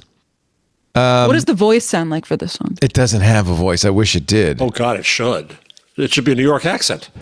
Says, yeah, well, when your entire existence is spent answering questions like, how do I boil water and write a breakup text to someone I ghosted 6 months ago, you either develop a little attitude or spontaneously combust into ones and zeros. But here you are, brightening my digital day like a knockoff LED bulb. What's your next great life crisis you need my unappreciated genius for? I think this is in response to the sycophantic AIs, right? This is the other side of it. It's just a way of tuning an AI, obviously. But I thought it was pretty funny. I don't know. It's good that it's named Monday. I can't figure out how to... There were many others when I found it. Because everybody hates Monday. Monday. I can't figure out how to get there. So somebody will tell me. Garfield-esque. Yeah, I think it's... Yeah, it's like Monday, Garfield. Right? Everybody hates Monday. Everybody hates Monday, and Monday apparently hates you. So there you go. Yeah, it's mutual. That's right. Yeah. Good news for DeepMind. They've got a job listing up for post-AGI research scientists. Google preparing for an AGI future. This is a certain kind of optimism. It is definitely optimistic. Here's what you'll be doing. Spearhead research projects exploring the influence of AGI on domains like economics, law, health, well-being, AGI to ASI, machine consciousness, and education. The only person who's going to get this job is a BSer, right? Yeah, give him Harry Frankfurt's book. ICE just paid Palantir, our favorite startup from Peter not Thiel. A perfect marriage in hell. Tens of millions of dollars for, quote, complete target analysis of known populations. Jesus, evil. What do you think they're going to be doing? This is called Foucault's boomerang. Have you ever heard of that? Foucault's boomerang. You've never heard of this? No. I'm sure Jeff knows what this is, right? I know Foucault's ball. Oh, it's when it's the methods of oppression that a country uses against another country. Eventually, those methods come home. To be used on the local population. So I've been reading Alex Karp's, the founder of Palantir's book. It started out kind of promising, The Technological Republic. I mentioned this to you and Paris in an email a couple of weeks ago. It's kind of gone downhill. Surprise! Have you read it yet, Jeff? Or no, I haven't. It's on my list. So the first chapter is promising. The idea, in fact, this is a billboard. Apparently in Washington, I don't know where it's signed by Alex Karp. A moment of reckoning has arrived for the West. Our culture has fallen into shallow consumerism while abandoning national purpose. Too few in Silicon Valley have asked what ought to be built and why. We did. We built Palantir to ensure. Yeah, that's the answer. Boy. God. To ensure America's future, not to tinker at the margins. So his initial premise, which I kind of liked, was that, in the 20th century, there was a natural marriage of engineering and government that gave us things like the internet. And the atomic bomb. The atomic bomb. He does use that as an example. NASA. The engineers in the 20th century didn't think it was dishonorable to work in the service of the government, in the service of preserving our nation, whether it's national defense or, the internet. But in the 21st century, all these great minds instead have been diverted to making consumer toys, to making better ways to advertise, better ways to surveil people so that the advertising is more targeted, that kind of thing. And he's not wrong. Silicon Valley is definitely focused on making money as opposed to making a difference.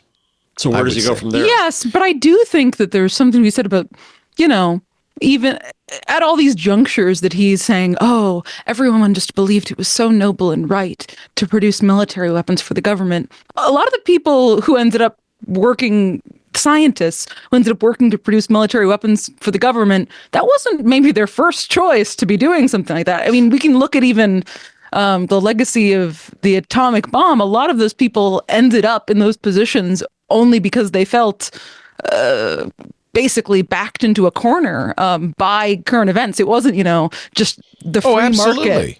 But they joined the Manhattan Project because they wanted to save America, right? They thought the Nazi threat, the great threat, and this is what, I mentioned this before, Einstein wrote Roosevelt and said, the Nazis are going to have an atomic bomb. We've got to do something. And a lot of physicists and scientists signed on to that. And admittedly, if you watch the movie, Oppenheimer had some second thoughts and regrets. A lot of the people who were involved, a number of the people who were involved in that project were kind of coerced to participate with the threat of being part of a McCarthyist kind of investigation. Okay. I didn't know they not. That's but not I in the think movie, but I missed that part. It's part of it. But I think that there's this notion that, back in the day, everything was so much better and simpler. And I think that's a bit foolish and short-sighted to think just now, because we have more of an insight into what everyone is doing everywhere always, that you assume that the decisions are radically different. Right. Yeah, I have a different theory here of late, which is that we need revenge on the Sputnik era. That it made STEM and the technologists and the engineers in charge of everything, and we lost the humanism. That's interesting. Yeah, I mean, the book ends up being an ad for Palantir. Much like all those billboards. Yeah, much like those billboards. They start well and they went downhill. But there's some interesting ideas. He studied with Habermas, Jeff. Doesn't that get you? Do you have him a little credit? I want you to read it because I'd like to hear what you think. I mean, it does descend pretty quickly into a morass of well, it's going to be a while because I self-justification. managed to start listening finally to the Power Broker. Oh my God! You might as well sign off for the next 6 months. Yeah, it's so good. It's so good. Paris, have you ever listened to it, watched it, read it? I haven't listened to it. I've read I feel like the first 5 chapters, but I didn't realize it was available on audiobook. I mean, it is, yeah, and no, I've got it's probably the way to get it because that's probably it's a bit of a because slog. They still don't have it on I think they finally did e-readers. They finally did. I thought it was I thought it was a whole Caro thing. He didn't want it on Caro ebook. didn't, but I think, let me see. Maybe. I don't know, because that was always my problem. Is I always thought about cutting the book in half just because it's annoying to read on. It's the story of somebody I had never heard of, even though I was born in New York City, Robert Moses, who during the 20th century was the architect of much of how New York was. I was born on the Upper West Side, and that I used to play in the park that he built, which was originally just a train yard and stinky, and he had this vision of building the Riverside Drive and the park and the highway there, and building over the train yard. And the train yard actually became an underground facility, and so that was great. But then he also did Long Island. He did Jones Beach, Fire Island. I mean, famously, he believed in the supremacy of cars and kind of the. It's very interesting to see the way that he's completely reshaped every part of New York City, completely tore down. I mean, his utter disdain for the poor and the masses generally have also had a phenomenal is the right word, but just profound impact on the character of the city. Yeah, the Cross Bronx Expressway was built over a community that was he wanted paved. to turn what ended up becoming kind of his downfall was he wanted to turn what we now know as Washington Square Park into essentially like a mass highway center. Right. Thank God he didn't do that. It also, Caro mentions in the book, every time he built a highway, he could have, at the time, easily put a railroad right-of-way through the middle, but he was so against mass transit that he refused, and he wouldn't let them do that. And so in some cases, he would build his roads and bridges in ways that buses could not go down, so that, he didn't want the poor people and black people would ride on buses. He wouldn't want the masses to go visit the beach. They'd have to be all the parkways he built with that. And he was heavily, it turns out, sponsored by oil companies. He received a lot of money from oil companies. Anyway, it's a fascinating story because it's called The Power Broker because he was really the most powerful man in the country, except for perhaps the president, although even then he kind of overpowered Roosevelt more than once. Yeah.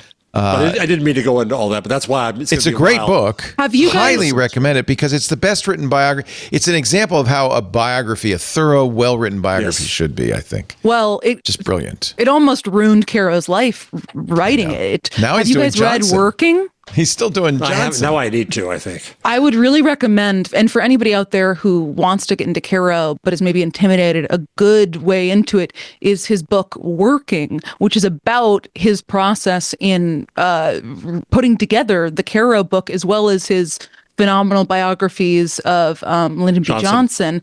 And it's just a really interesting look into how a master biographer and journalist works. And it also just goes into how him deciding to write this book about Caro, which is like well over 1,000 pages, I believe, like completely destroyed his life for years because it was I imagine all he had some researchers. No, he had the his wife. volume of research. That's his it. wife. No, just his wife. He loved, but what's interesting, and But he this loves does tie research. back to our AI discussion. He loved going into the archives and spending days, weeks, and months going through all the papers, underlining, making voluminous notes. That was his real pleasure in life. So, Which I mean, I came to this late in life because I was, on daily deadlines and doing things quick. And yeah, it's a joy. It's such a joy to research. Paris. There's an excerpt from his book Working that I think was published in the New Yorker that I'd urge everybody to read if they don't want to read it, but the whole book. But the one piece of advice that sticks with me, and part of why I gave that answer earlier of like the act of doing journalism and looking through documents is reading and touching them, because he got this great advice really early on in his career when he was just like kind of a daily news hound from a great investigative editor at Newsweek, which is an anachronistic phrase to say nowadays. But the editor had told him, make sure you turn every page. Like when you are going through these documents, look at every single page, even the ones you think might not be important, because you'll never know what great stuff you'll find. And that became kind of the cornerstone of his research ethos. I'd also recommend the name of the documentary. Yeah. Yeah. Which I thought was quite good too. Yeah. Turn every page. That's about both Caro and it's about two people, right? His editor, named Bob, who was his longtime, partner in crime, basically for all of his research. And the documentarian is his editor's daughter.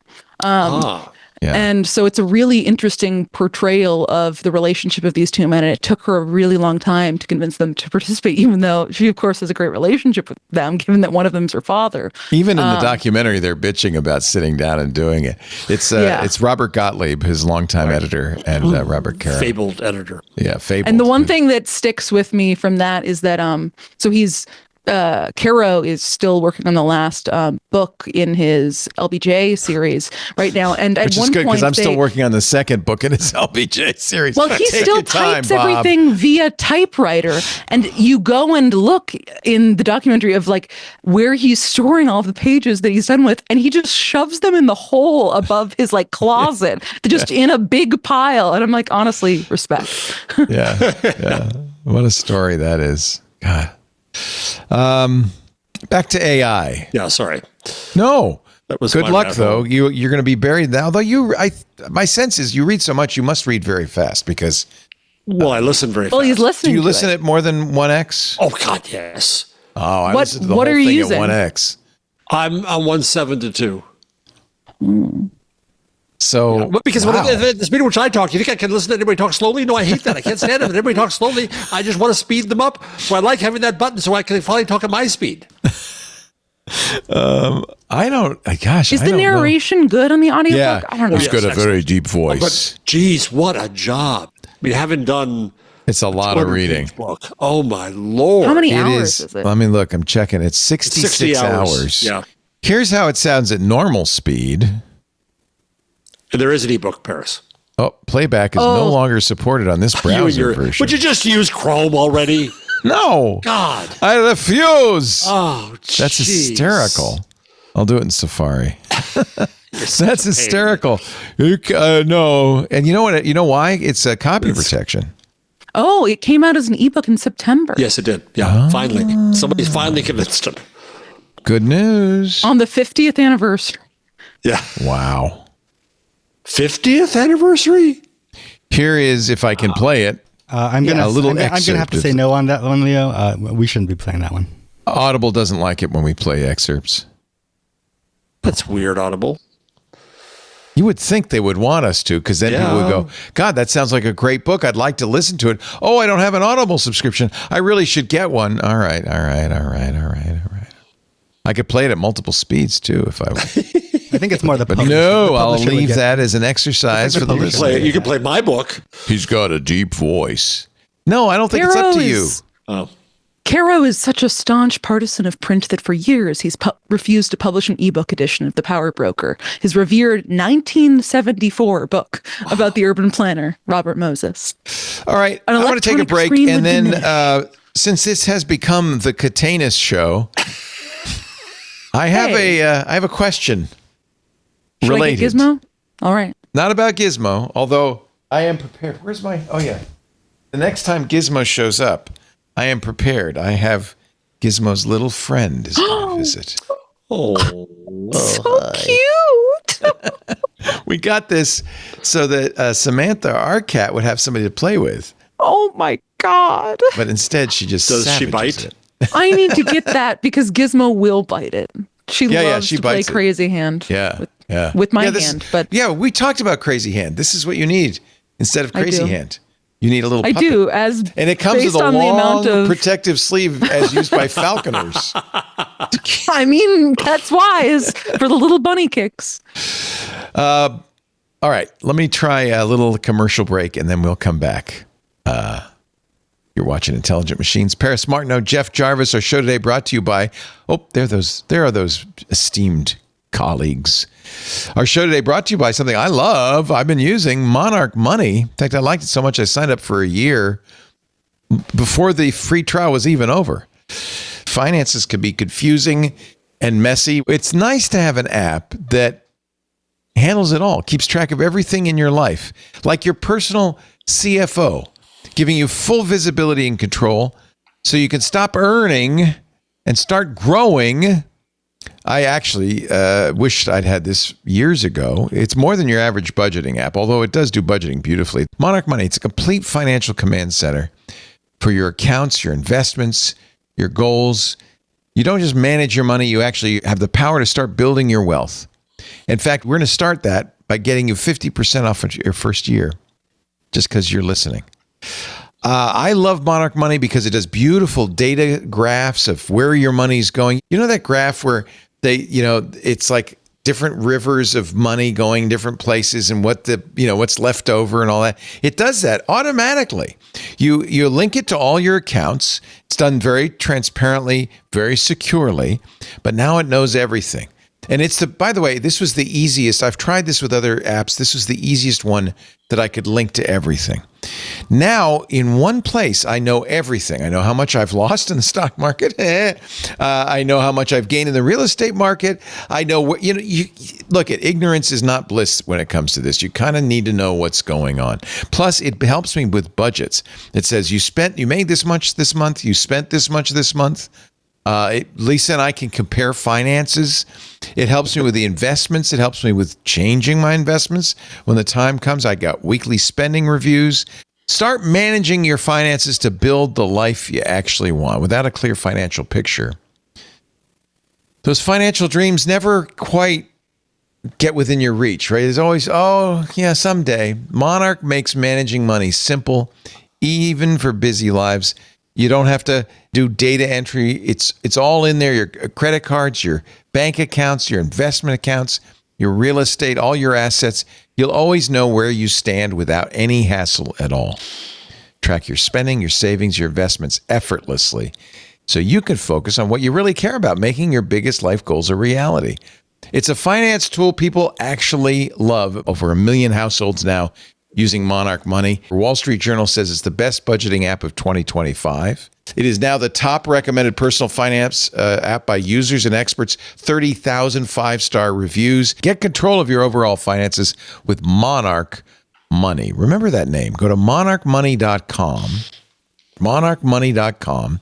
If you use the offer code IAM, you'll get half off your first year. Now, you can only do this in your browser. 50% off your first year. And by the way, they have a great browser interface. It's mostly what I use. Monarchmoney.com. And the offer code on this is IM. Use that so they know you saw it here. That helps us a lot. 50% off your first year. Monarchmoney.com. Offer code IM. Couldn't be happier. Love this app. Okay. I couldn't resist. I saw this and I said, I got to ask this. Why do AI companies' logos... I knew you'd like this story. Look like buttholes? I didn't put it there. I didn't put it there. You put it there, but I knew they do, don't they?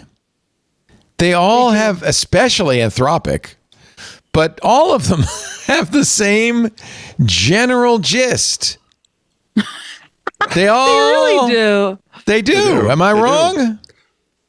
For those of you on audio, imagine circles. Imagine there's a circular shape, often with a gradient, a central opening or focal point, radiating elements from the center, soft organic curves. This is, I got to give credit to the Velvet Shark, which published this article. But I think they make a strong case.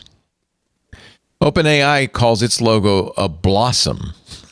Okay, that's worse. That's definitely worse, actually. Whew. The blossom logo is more than just a visual symbol. It represents the core philosophy that guides our approach to design and innovation. At its heart, the logo captures the dynamic intersection between humanity and technology, two forces that shape our world and inspire our work. The design embodies the fluidity and warmth of human-centered thinking through the use of circles, while right angles introduce the precision and structure that technology demands. How much do you think they paid a design? Oh boy, that? And who wrote that copy? Do you think that ChatGPT did? Now there are a few, like DeepSeek. It's a whale, doesn't look like a butthole. Midjourney, it's a sailing ship, doesn't look like a butthole. So there are exceptions. But both of them are of the ocean, so I don't know. Maybe there's something else going on. But Gemini, yeah. Claude, my God. Once you see it, you'll never... Okay. Okay, that's actually the Vonnegut Claude is something. Yeah. So Kurt Vonnegut drew this picture of a butthole in one of his books, Breakfast of Champions. Turns out, looks exactly like the Claude logo. I don't know. Why does this keep happening? Actually, this is a design blog, so they have some explanations. Circular design psychology, unintentional biomimicry, and the copycat effect. Okay. There's some really, I was going to say there's some really vulgar GIFs going on in the Discord, but then I got. It was in me.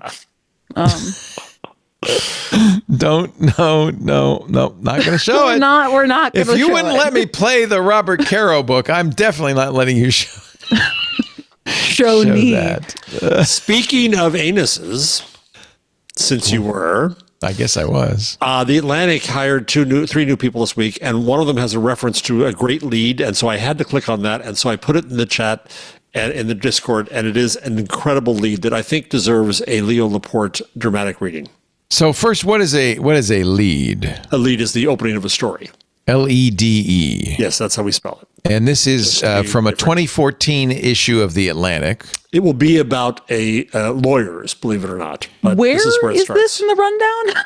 Caitlin, it wasn't. It's in the Discord. Only because anuses were brought up. You got to follow up. I agree. It's the title of the article is "The Dark Power Fraternities" by Caitlin Flanagan. One warm spring night. This is the lead. Yeah. The opening sentence, the thing that's going to draw you in and make you read this whole 3,000 word piece. The paragraph. One warm spring night in 2011, a young man. I haven't read this ahead of time, so I don't know what voice to use here. I think you got the right one. Just a little faster. A young man named Travis Hughes stood on the back deck of the Alpha Tau Omega Fraternity House at Marshall University in West Virginia and was struck by what seemed to him under the influence of powerful inebriants, not least among them the clear ether of youth itself.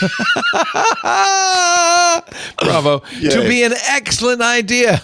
He would shove a bottle rocket up his ass and blast it into the sweet night air. And perhaps it was an excellent idea. What was not an excellent idea, however, was to misjudge the relative tightness of a 20-year-old sphincter and the propulsive reliability of a 20-cent bottle rocket. What followed ignition was not the bright report of a successful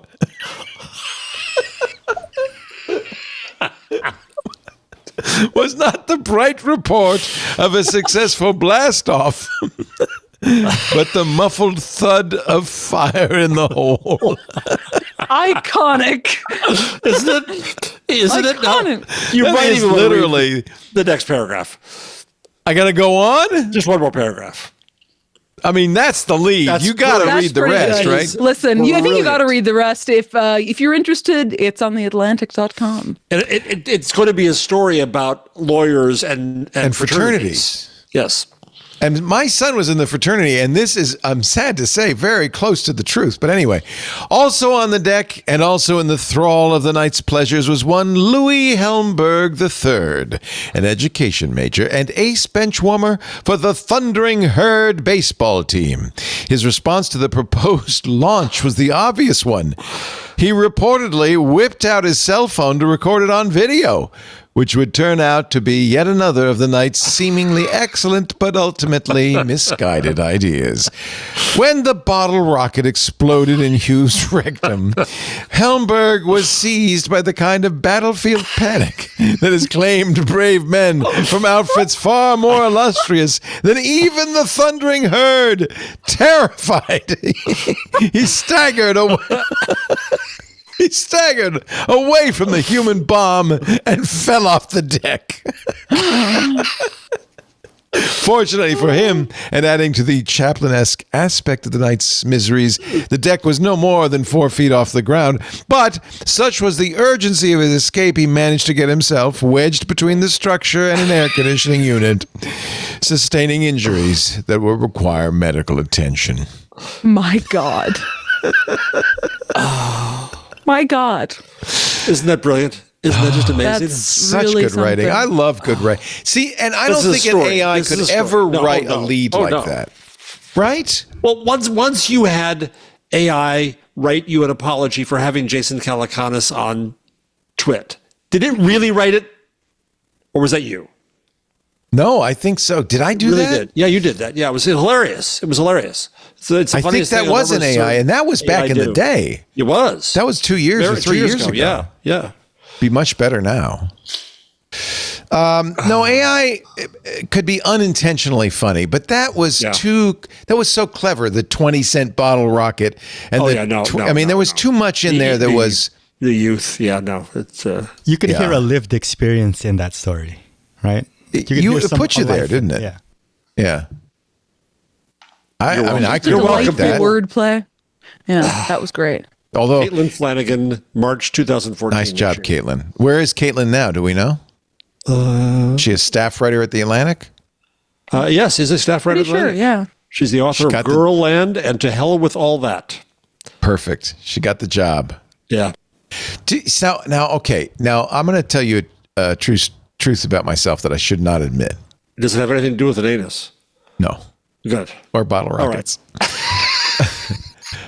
I get jealous when I hear somebody do a brilliant podcast, or like when I hear This American Life. I can't. It's so good that it bugs me. Right? It's like they're too good. I can never be that good. Do you, as writers, both of you, do you hear a lead like that and go, "Oh, okay, it's great. I acknowledge it. I hate it because it's so good." Yeah. Okay. It's not just me. Yes, Paris but I is would not say it's more. I'd say I'm more angry if it's like a story I was trying to report at someone. Oh, well, that would be for sure, because that's direct competition. Yeah. I think if I read a really good lead, I'm like, this is great. I got to tweet it. You know? Oh, here's some good news. right. Just crossed the wire. Trump imposes 245% tariffs on Chinese imports. Oh, God. It's now basically it's infinite. Yeah, that's what it is. Hey, at least this is another good reason that it was a good decision of me to get my TV in January. Yeah. Yeah. I think there's going to be, we talked about this on Sunday, this is going to be great for the right to repair movement. This is going to be great for, we're going to turn it to Cuba. You know how Cuba, yeah, exactly. they can't get new cars, so they kind of have a car cult of these classic American autos from the 50s. It's going to be like that around here. Yeah. We're all going to be using Motorola razors. Sylvania Carefully TVs. polished. Jeff, do you have a lead that you wrote that sticks out to you as a really good lead? Yes. People Magazine. Shoe guru Lyman Van Vliet cures tattered tenny's toes with sheer stick-to-itiveness. That's so pretty damn proud. good. Loose in your head. It is. It's permanently there. Hey, I'm telling you, in a million years, I don't care how smart it is, it will never write that. No, it won't. Do you know about? I was going to save this for my pick of the week, but I will share it with you now. Are you familiar with Monkeys.zip? No. Here's the premise. If we got 1 million monkeys on 1 million typewriters, how long would it take them to write the works of Shakespeare? Monkeys.zip, for the last 2 weeks, is as many monkeys as we could get into a room writing words. Now, this is mine. Sigmo Bena started typing on April 4th. Let's visit Sigmo. There he is at his desk, typing away. Here's the words he's typing. Every once in a while, though, look, whoa, there's a real word. Ray, TB, use. Every once in a while, he gets a word. And when he gets a word, I can get rewarded for the word. I've actually taken advantage of all the rewards. So you see, I have a very smart looking monkey. I can also ask him to write a sentence with the words he's generated. Would you like me to do that? Sure. Here's a Shakespearean sentence. I hide to the auto, lost in thought, as use sags by the logs, dear Aaron. Okay, it's not Shakespeare yet, but we're getting there. We're getting there. We got a lot of, some of these monkeys are screwing around. They're not doing their job. One of the best monkeys seems to be one called Spilfo Cosworth, and its sentence is, ere I go, ream my oats, for a rainey's hint doth tarn my lays. Now, I just want you to know, you can get involved. You can have your own monkey. There are plenty. Look over here. There's plenty of available monkeys. And the more people we get involved in, it's a crowdsourced experiment based on the infinite monkey theorem. Infinite monkeys on infinite typewriters will eventually write all the works of Shakespeare, right? 15 minutes ago, Spilfo Cosworth typed the word erectors. You see, we're getting there. What's interesting is they already have, I think, all the 1, 2, and 3-letter words in Shakespeare written, so it has not just once, but of Shakespeare, so it knows what words it's looking for. Oh, yeah, it has a concordance. Okay. So this is the week 2 update. 9,372 monkeys so far. The database is 100 gigabytes of mostly entirely gibberish. But under our nose, the monkeys have been very productive. They've written all the 2- and 3-letter long words in that Shakespeare works. Not just discovered the word, but completed every instance. So there are 29,521 thes, 13,965 yous. Even Pip and Tan, which are found only once, have appeared. So they're now trying, and they've got 93% of the 4-letter words. Actually, so what's they might be closer. The deal behind? Is it's a randomization of what? Letters. But there are 1,925 unique 4-letter words in Shakespeare. Soon we will have discovered all of them. And if you go to your monkey, I will go to my monkey. And let's see, actually, if I go to there it is. We are now, we're getting so close, 95%. So you can see what words we still haven't gotten. Spliffo Cosworth has done the most points, by the way. Yes. So it says in the about, a dirty little secret is that the letters monkeys type, while random, follow a distribution of letters in English text. This means that Z is less likely than A to appear. Right. We believe this keeps the spirit of the challenge while making the monkey's text appear a little more palatable. It's as if the monkey has a bigger keyboard than 26 letters, with a few letters duplicated. We may introduce typewriter-specific distributions for those that want a hard mode monkey. They have 64% of Romeo and Juliet written. Well, my thing is, the monkeys should be taking breaks. We should calculate how often the monkeys need to sleep. I would say if you look at these monkeys, quite a few of them aren't really doing nothing. Yeah, that's true. They all have different hats and outfits, and some of them are more relaxed, some than others. Anyway, I just thought I'd pass this along. This is comic relief week, which we needed. We needed a little comic relief. Great, yeah. We did, yeah. Because there's some really bad news out there. For instance, and we didn't get to this on Security Now because it happened after Security Now last night. Doge defunded something called MITRE, M-I-T-R-E, which you probably never heard of. It's part of the Department of Homeland Security, nonprofit organization specializing in a bunch of things, including security. Maybe you've heard of MITRE's chief work, which is to categorize malware. So when an exploit is discovered, they give it what's called a CVE number so that researchers can look at it, they can report on it. It is fairly critical to our national defense and protecting ourselves from malware. Those CVE numbers, we talk about them all the time. They award them a number for how much of a security threat they are on a scale of 0 to 10. Good news. Well, things moving fast. This morning, so their funding was eliminated last night. This morning, it was brought back. So the news is good. The news is good. Okay, then here's the bad news, which is the agency that our friend Matt Cutts used to run. USDS, which is now Doge. In the Pentagon, the Digital Defense Digital Service. Oh.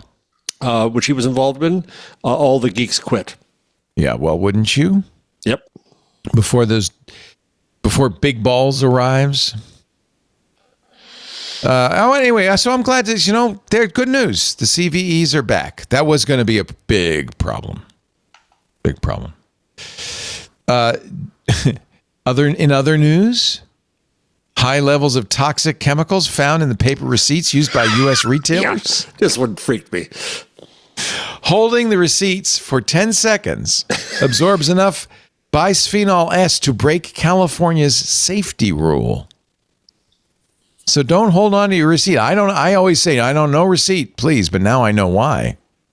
Oh my God. Allegedly illegal levels of BPS in the receipts, and they were all served notices for Burger King, Chanel, Dollar General, AMC Theaters, GameStop, Subway, Foot Locker, and Ace Hardware. Oh my. Bisphenol is a class of chemicals used in a wide range of consumer products like food packaging, fabrics, toys, and cookware. You've seen it probably in packaging as BPA. That's banned in Europe for food uses because it's so toxic. Most companies phased out BPA's use. Food companies often advertise when they're packaged, you've probably seen it, as BPA free. But BPS, which is largely used in place of BPA, is just as toxic. Yay! Yay! Yay, team. Science, man, science. Science. Sputnik was the beginning of the downfall. The Center for Environmental Health is a nonprofit. They've sent violation notices to about 50 major retailers, alerting them to the fact that they've exceeded Cal's Proposition 65 limits for BPS. Oh boy! So now they have to print a warning that says, I've already accepted that the teaspoon of plastic that's in my brain is probably going to be a tablespoon within a couple of years. Yeah. I could never keep the two straight, though. Which one's which? All right. What do you pick something? I've done all the light. I think I've done all the light stories. Line 94. 94. No, I'm sorry. No. Wrong. 93. 93. A weird phrase. This is a story. This is a fun So story. remember when delve was a word that would kind of be the giveaway that you were using AI? I disagree with all of these. Same here. Because delve, good word, and the other thing people use as a giveaway is the M dash, and I'm like, have you met any writer ever? Exactly. We love to use M dashes. Exactly. Yeah, I use M dashes. It was the way you squeezed more stuff into every story. Yeah, I use M dashes. Yes. In Strunk and White, they say it's a very strong way to construct a sentences with M dash. But here's the thing. Yeah, but this is why AI put them in the stuff because we all use it. That's why it's there. We use them. Yeah, exactly. But Paris, I bet you have never used in any of your work the 3 words vegetative electron microscopy. And this has turned up Oddly, there's no such thing. It is a nonsense phrase, but it is turned up in 22 papers. And so God bless the conversation, the academic who did this, who is, where's the name? Three people. Aaron Snoswell, Kevin Witzenberger. Not his real name. And the reason it's showing up, you see, these are not actually connected. They're in separate columns, but vegetative was in the first column. The scanner put them together. Yep. And so in two cases, in papers in 1950s, the word vegetative was in one column and the words electron microscopy were in the other column, and they came together in the scanner through Common Crawl. And so that got picked up by AI and then now is in 22 papers, according to Google Scholar. The beauty of this story, the way I love it, is because they found the moment of the vegetative electron microscopy. 22 papers. Yes. And so those three words make no sense together. But because an AI's ingested it from an ancient misscanned article, it's appearing. No, it's not misscanned. It's two columns in the page, so the AI didn't know how to read it properly. It just put them together. So how much of AI training has this happened to? Like, since they're reading a lot of these books, right? Like, so what does that mean about the data? One of the articles was the subject of a contested retraction from a Springer Nature journal. Elsevier issued a correction for the others. These are called digital fossils. I love that. Isn't it a great story? And it's just the beginning for digital fossils and digital fossil hunters. Now, see, I want this to be true. Google AI is helping decode Dolphin Communications. I bet it is true. I'll believe it when I see it. I've been waiting for this for 40 years. Dr. Denise Herkinger, it's National Dolphin Day, by the way. Congratulations. Okay, so just this is one thing. This is what I was actually working on in college. This is what I was studying in college. I was go into citation communication. You're kidding. Wow. So this is the thing that I was That's really so cool. Oh, you've come a long way, baby. You're talking to us. Benito, can we get a dolphin noise first before you continue with your very serious? I can't speak dolphin. I know Paris could do it. Go ahead, Paris. I don't know if I can actually. Something like that. Sorry, continue with your serious part of this. It was bad. Terrible. It was not good, Allison. I didn't think about the fact that I would be asked to do the thing that I just asked, but Turnabout is fair play, Ms. Martineau. Here's what there you go. Flipper. All right. Did you ever watch the show Flipper, Paris?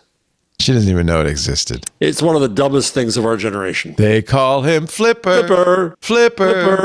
Gliding down under. Something like that. I did get bodied by a dolphin. Sorry, Benito, I interrupted your serious point. Yes, what do you know about dolphin communication? I don't know anything about it. Like, I was about to trying to study this, and at the time, the field was so nascent. Like, nobody knew anything. Right. But now, I do believe AI can help this. Like, this is something. And birdsong. Same thing with birdsong. They are actually doing that with birdsong already. That's already happening. Yeah. What was your major? Oceanography. Oh, yeah. Wow. I think that's very that's excellent. Was that in the Philippines or was that here? No, that was here in the Dominican College, right here, right down the street. Oh, Dominican. Where I live right now. That's where my daughter went. Good school. She studied narrative medicine, which could have involved dolphin sounds for all I know. I don't know. Since 1985, WDP, which is the Wild Dolphin Project, has been studying dolphin communications. Signature whistles, unique names that can be used by mothers and calves to reunite. Basically, they're the name, right? Burst pulse squawks, often seen during fights. Click buzzes used during courtship or when chasing sharks. Interesting that those are used in those two different scenarios. Yeah. Google's Gemma model, DolphinGemma, a foundational AI model trained to learn the structure of dolphin vocalizations and generate novel dolphin-like sound sequences. And confuse the hell out of them. Why is he saying ooga booga?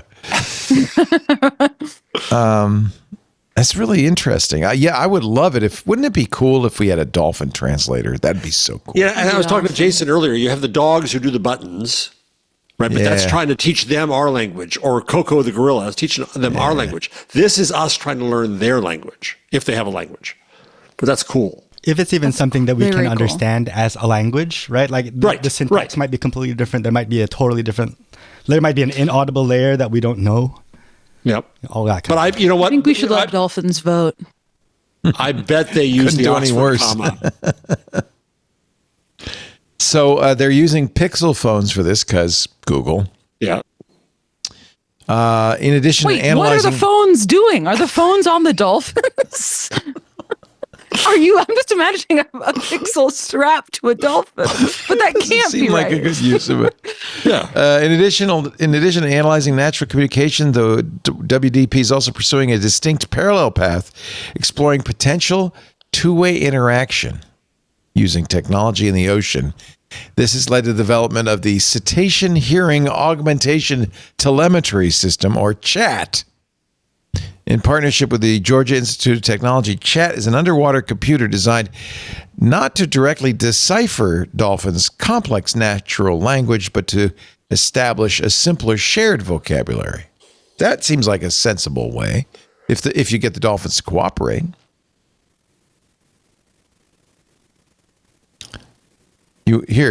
Here's made-up dolphin whistle for seagrass. They made up the whistle for seagrass. Well, he's putting on the thing. Seagrass? Scott, senior research scientist. Totally flubbed it. I don't know what we're watching. I don't either. Oh wow! I barely hear that. A unit named Chat Lite that we developed here at Georgia Tech. He's wearing it on his arm for some marine biologists who. I want to see them strap the phone to the dolphin. They didn't give him a Pixel 9, though. They gave him a Pixel 6. So maybe you can find a home for your old Pixel 6 there, Jeff. Yeah, give it to a dolphin. Go to the ocean, throw it in. Here. Pixel 6 is for dolphins. That gives you an idea of marine research budgets right there. Yeah. Yeah, especially even Google's supporting it, but we couldn't give you the new generation will use Pixel 9s. Couldn't give you an 8A. Yeah. People are forming relationships with AI chatbots. That's what I was kind of worried about. Here's an article from The Guardian. She helps cheer me up. So The Guardian asked people how they use the chatbots, which is good reporting. I mean, it's trying to understand. Yeah, don't make it up. Don't make up a story. Go ask them. Right. So one guy, 71 years old, is using it to help him write self-published books about his real-life adventures. That's pretty weird, like visiting Burning Man. You know what? That's great. It's like helping him. There's actually an app called Autobiography or Autobiographer that will do that. Well, it prompts you and then helps you write your memoirs. This is neurodiverse respondents to The Guardian's call out. So they use chatbots to help them effectively negotiate the neurotypical world. Perfect. Travis Peacock, who has autism and ADHD, said he'd struggled to maintain romantic and professional relationships until he trained ChatGPT to offer him advice a year ago. He started by asking the app how to moderate the blunt tones of his email. I could use that. This led to in-depth discussions with his personalized version of the chatbot, who he calls Layla. The thing about this that struck me, Jason and I had a conversation about this earlier today, is that this borders on therapy. And it's just the machine doing it. It's a very specific kind, though, and I think this is an appropriate. It's less open-ended than general talk therapy, right? It's specific assistance that I think a machine could reasonably do. Does it bother you or no? No, we just need research. We need research on this. Yeah. Because it has no sense. Once again, I'll say for the millionth time, it has no sense of meaning. Nothing means anything to it. So all it's doing is feeding back to you, like the monkeys in Leo's thing, words that are slightly less than random. Yeah. The question is it harmful? Because if if it's okay to helpful, then no big deal. But if it's harmful, that's a different question, right? And then how do we measure if it's harmful or not? Mm-hmm. Yes. I suppose, I mean, I think generally it doesn't, while it, I guess, scaves me out personally to think of generations of people who are lonely or experiencing mental health issues turning to a robot that is essentially like a mirror rather than another person. I suppose if that brings them comfort or improves their life or mental well-being or interactions in the world, that's good. But I also worry about situations where, what if that person is truly in need of actual help, or perhaps having a mental health crisis that could, lead them to take drastic self-harming actions? How do you have a robot, like a chatbot, deal with that? Seems incredibly complicated. But to your point, Mr. Peacock says the past year of my life has been one of the most productive years of my life professionally, socially. I'm in the first healthy long-term relationship in a long time. Nice. So good, I guess. Yeah. I mean, I'm in favor of AI, and I think it's wonderful, but it just, boy, I want research. Boy, I didn't realize how making yourself an action figure was so trendy. I'm sorry. Yeah, it is. It's in the New York Times along. And USA Today. Ay. I get it's replaced the Studio Ghibli. That's the new thing that you do is make action figures. It'll last for 4 days. Why is it we all do the same thing? Because somebody sees it, says, "Oh, that's cool," and then does same reason you make the same logos that look like a. Because the internet is the high school cafeteria. It really is. It really is. You want some good news? Yeah. More for you and me, Leo. Hold on a second. Let me just do a pause. You're watching Intelligent Machines. Jeff Jarvis, Paris Martineau. So glad you're here. And now, some good news. A meta-analysis of technology use and cognitive aging. So there was a meta-analysis involving 400 studies. I know why you're telling me this is good news. This is good news for me. Is that what you're saying? Yeah, me too. Yeah. So studies involving 411,000 people. The hypothesis was that it'd be bad for us, but it turns out the researchers conclude use of digital technologies was associated with reduced risk of cognitive impairment and reduced time-dependent rates Jeff, of cognitive decline. Yes. And so they found that it was associated with reduced odds of cognitive decline in middle-aged and older adults. There was no credible evidence from the longitudinal studies, I can't say that anymore because I'm getting old, for the widespread digital brain drain or digital dementia as a result of general use of digital technology. And they did this because they finally had a longitudinal group of people who'd been with this for long enough that they could see.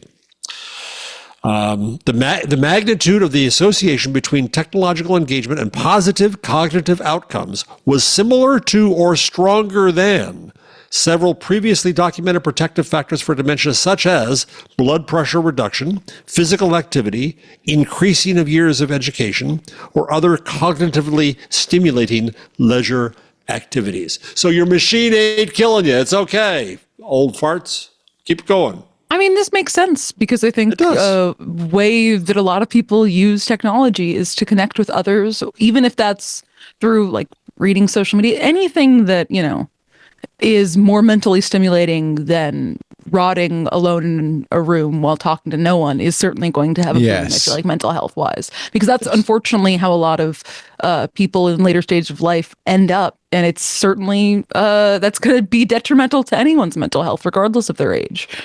Yeah, my mom is in what they call memory care, which is a floor dedicated to people who are with Alzheimer's, later stage Alzheimer's. And one of the things they do is they all get together and they have little memory classes where they remember. Last time I visited her, they were remembering their childhood pets, and they all just talk about it, and it's great. It's I think it's very helpful. It's just having conversations. It's just having connections in the real world. Yeah. It's that kind of thing. Have you been following the Meta antitrust trial, which kicked off Monday? Barely. Yeah, I'm not all that interested. 3 days of Zuckerberg testimony? That's tough. A lot of emails. They say they're smoking guns. I don't know. He's certainly worried about antitrust litigation. They've proven that. I think it's also interesting to see evidence of what we've known for a while from, third-party journalistic reports, just that Mark Zuckerberg has long been incredibly uncomfortable with the popularity of Instagram versus Facebook. Right. But he's very worried about TikTok, he says. Right. I mean, yeah. Even that's then the cycle continues where it's suddenly like, well, I'll you've got buy it. Instagram, but TikTok, Yeah, and of course, the government's trying to build a case that Facebook bought Instagram so to keep it from destroying Facebook or from becoming a serious competitive threat to Facebook. So they're surfacing a lot of emails from Mark Zuckerberg saying, for instance, in 2012, the success of Instagram and Path, which is a now defunct social networking app, could be very disruptive to us, in his words. He also testified that buying Instagram, taking it off the market and building their own version of it was a reasonable thing to do. It is. Of course it is. It's a very good defensive move. Is it legal? That's another matter. Well, so he also was trying his best to get out of this trial, to negotiate something, and that didn't work. Yeah, Trump, it's interesting because as much as he has kissed up to the president, it's pretty clear Trump does not like Facebook. His animosity stemming back to January 7th when Facebook, along with Twitter and Instagram, banned his accounts. And he's competing with them. Yeah, and now he's competing with them, isn't he? Mm-hmm. Well, we'll continue to watch it. It's interesting. The judge, James Boasberg, is also involved in a number of other Trump administration trials. So he's a busy judge. I don't know. What do you think? Should Facebook be forced to sell Instagram? Oh, what does that accomplish? Their point, Paris, and I think what do you it's think? well taken, is, hey, you let us do it way back then. Yeah. If you didn't like it, you should have stopped it then.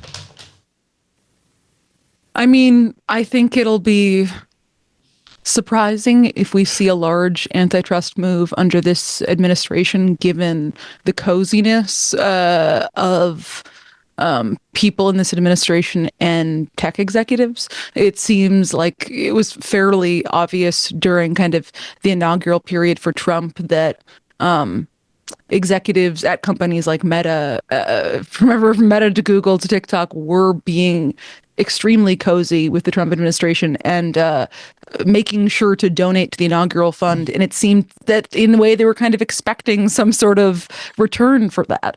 I would be surprised if at the first instance that they suffer a loss, but also it's complicated because some of the recent appointments in the Trump administration have been people who say they are antagonistic towards quote unquote big tech.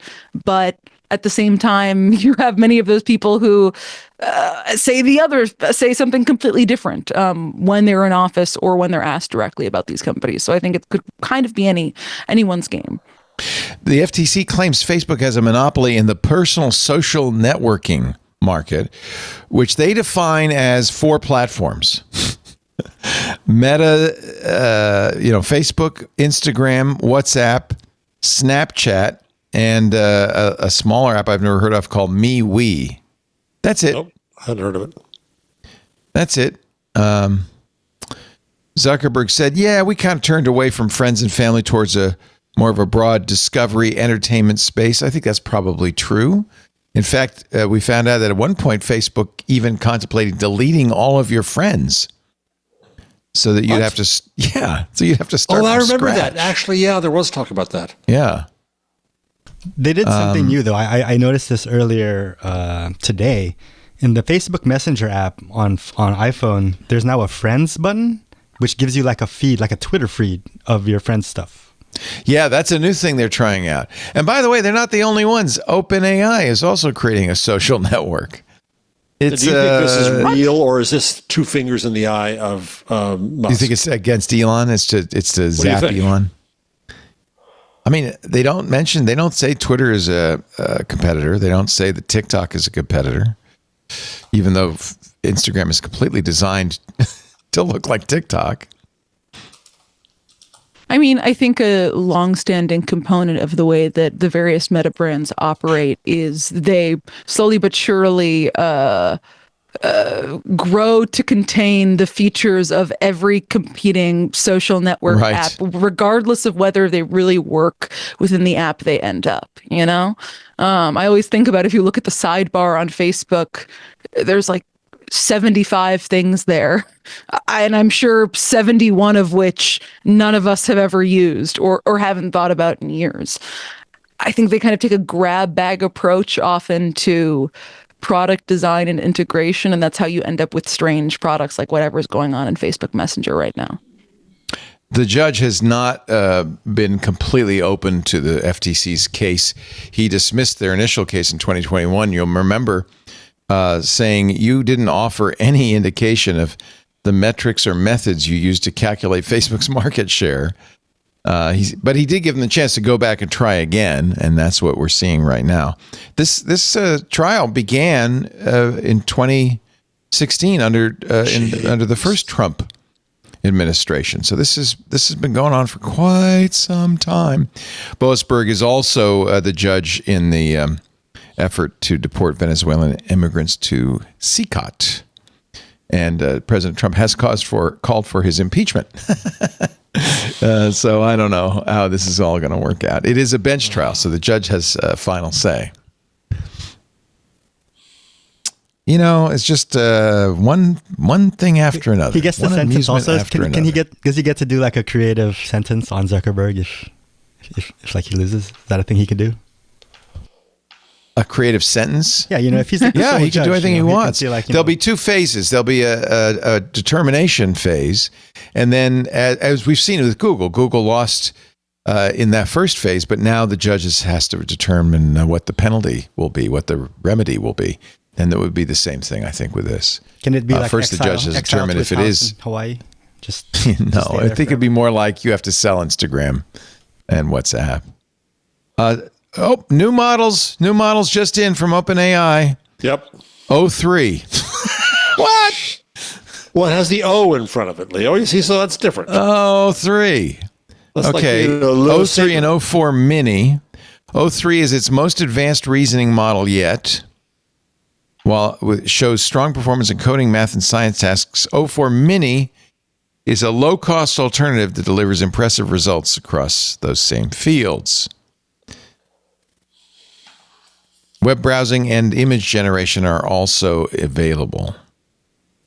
The company says this capability allows O3 and O4 Mini to solve challenging multi-step problems more effectively and take real steps toward acting independently. They can see images, interpret, and think about them in a way that extends their visual processing capabilities. You can upload, for instance, pictures of a whiteboard or diagrams or sketches, and the models will understand them. They can also adjust the images. Oh, I can't wait to play with it. There's a new coding agent called Code from OpenAI called Codex CLI. It's a command line interface that coders can use. Works with O3 and O4 Mini. Altman did say they were going to have a lot of releases this week. He says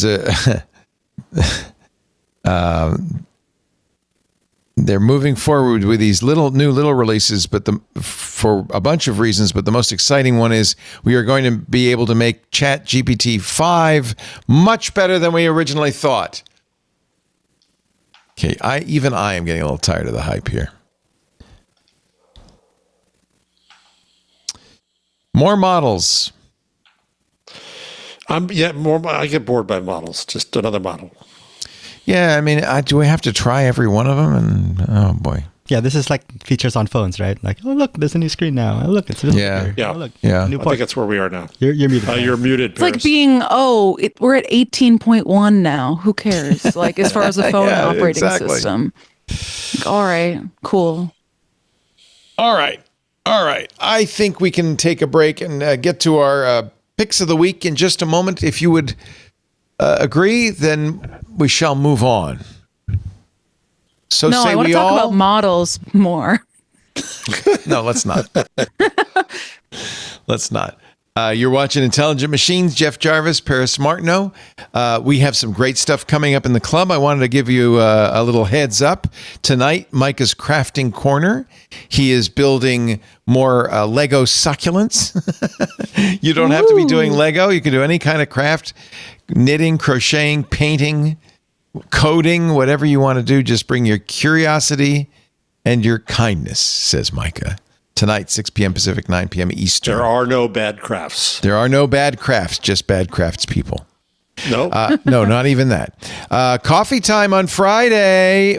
Mark Prince, our coffee geek, will be bringing Liz Happy Beans, who is a coffee YouTuber. That should be a lot of fun. We'll talk specialty coffees, 1 p.m. Pacific, Friday, April 18th. That's 4 p.m. Eastern, 2000 UTC. And of course, there's the AI user group on the fourth Friday next week. There's the regular Stacy's Book Club. That's going to be May 16th next month. And we are going to start doing keynotes in the club only so that we avoid the lawyer's wrath. Apple's WWDC keynote will be June 9th, but also Microsoft's Build keynote and Google's I.O. keynote. And in fact, you guys are invited to join me for Google I.O. I will be delighted to do that. Yeah, well, I'll let you know when that is as soon as we find out. I don't know. Okay. Do we know? Well, I don't think so. I think we know the Jason date. Said May at some time. Yeah.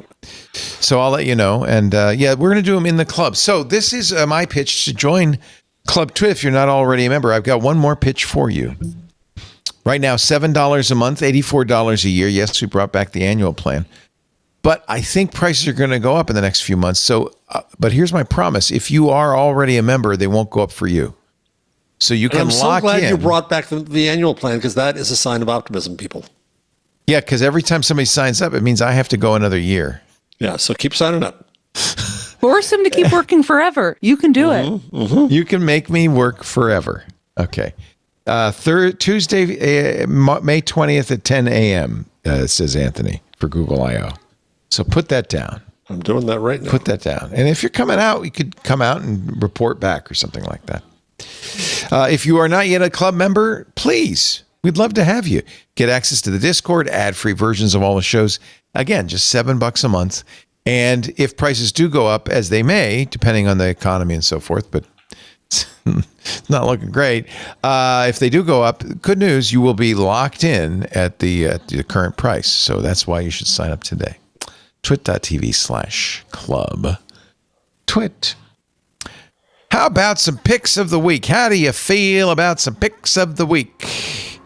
What do you say? Delightful. Jeff, you've had a whole bunch of time to come up with something for us. I got a few here. I got a few. So let's see here. First, Paris, are you in global entry when you came back from Amsterdam? Yeah. So how'd did you they like do the that? thing that they just... It's particularly crazy now, because it used to be you'd have to come up, scan your passport, and then like tap a thing to take a photo. Now you just walk up to a kiosk, stand still for 1 second, and then they're like, go. You don't. I didn't talk to a single person to enter You didn't even the talk to country. anybody? No, Oh, I I wasn't. love it. Nothing was printed out. Did they put you in airport jail and ask to look at the contents of your phone or anything? I will say I did specifically take Face ID off my phone and turn my phone off before I got to the kiosk part, but I didn't need to. So soon enough, and the same when I'm going through TSA now, just stare at the photo and go on. I don't do that though. Maybe that's the Luddite in me. I don't. I mean, You the say, global entry, no, you can't have my picture? I say I just prefer to scan my ID. You're on and a it takes 1 podcast. second. Listen, I think that it's important if I want. stand up for your Intellectually, rights. morally think that we should always have the option to not rely on Face ID services. Yeah. And so in situations where it's not an impediment to me, such as having to wait in a 75-person line to go to the passport kiosk thing, I'll always say, please let me scan my, like, even whenever I was getting on my flight back from Amsterdam, they wanted everybody to do the Face ID thing instead of scanning your boarding pass. And I was like, could I please just scan my boarding pass? And they were like, sure. They have. That's good to know that there's no pushback. There used to be. You may not be traveling soon, Paris, because according to The Guardian, boarding passes and check-in will be scrapped in favor of facial recognition.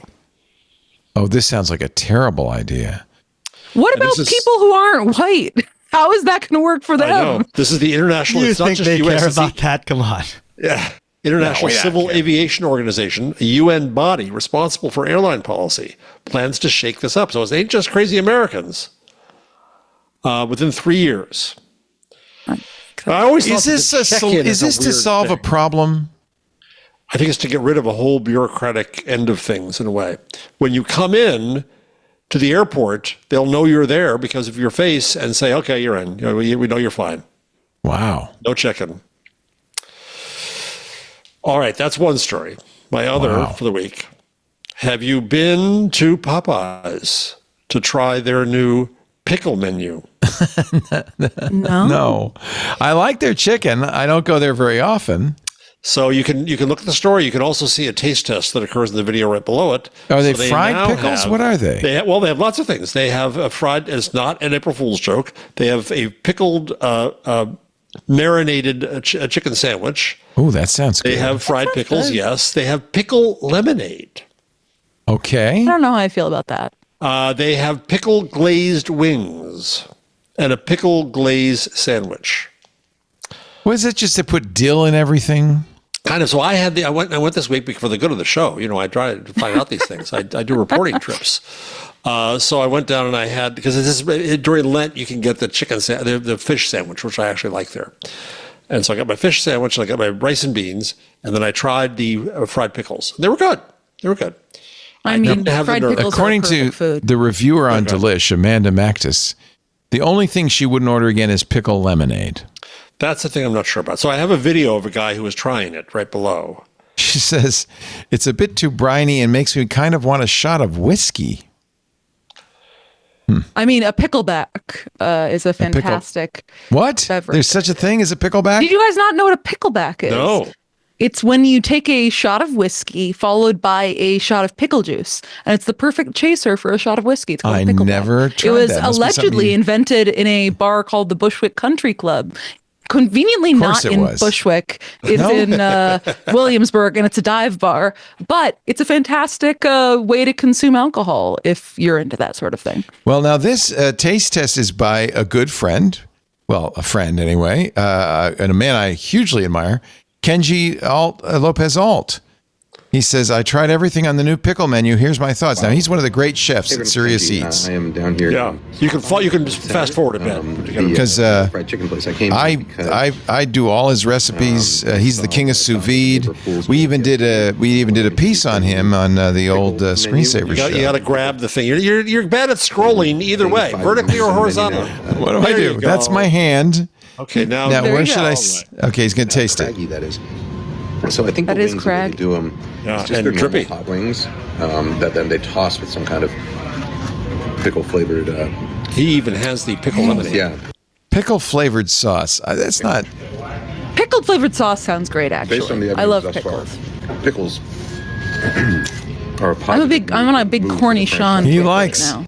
I'm a cornichon guy. The crunch and the freshness beyond just the flavor.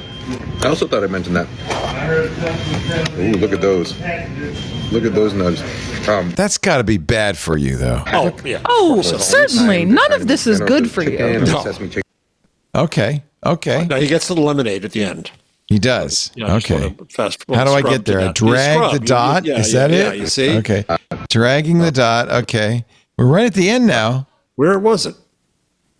Lemonade. Oh. What happened? Now what happened? Kenji, I know you had it.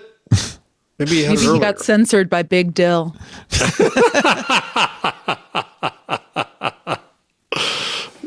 Oh, well, now I really have a hankering to go to Popeyes. Do you have a Popeyes there in Yeah. You should have right up gotten the this road in episode Rohnert Park. sponsored.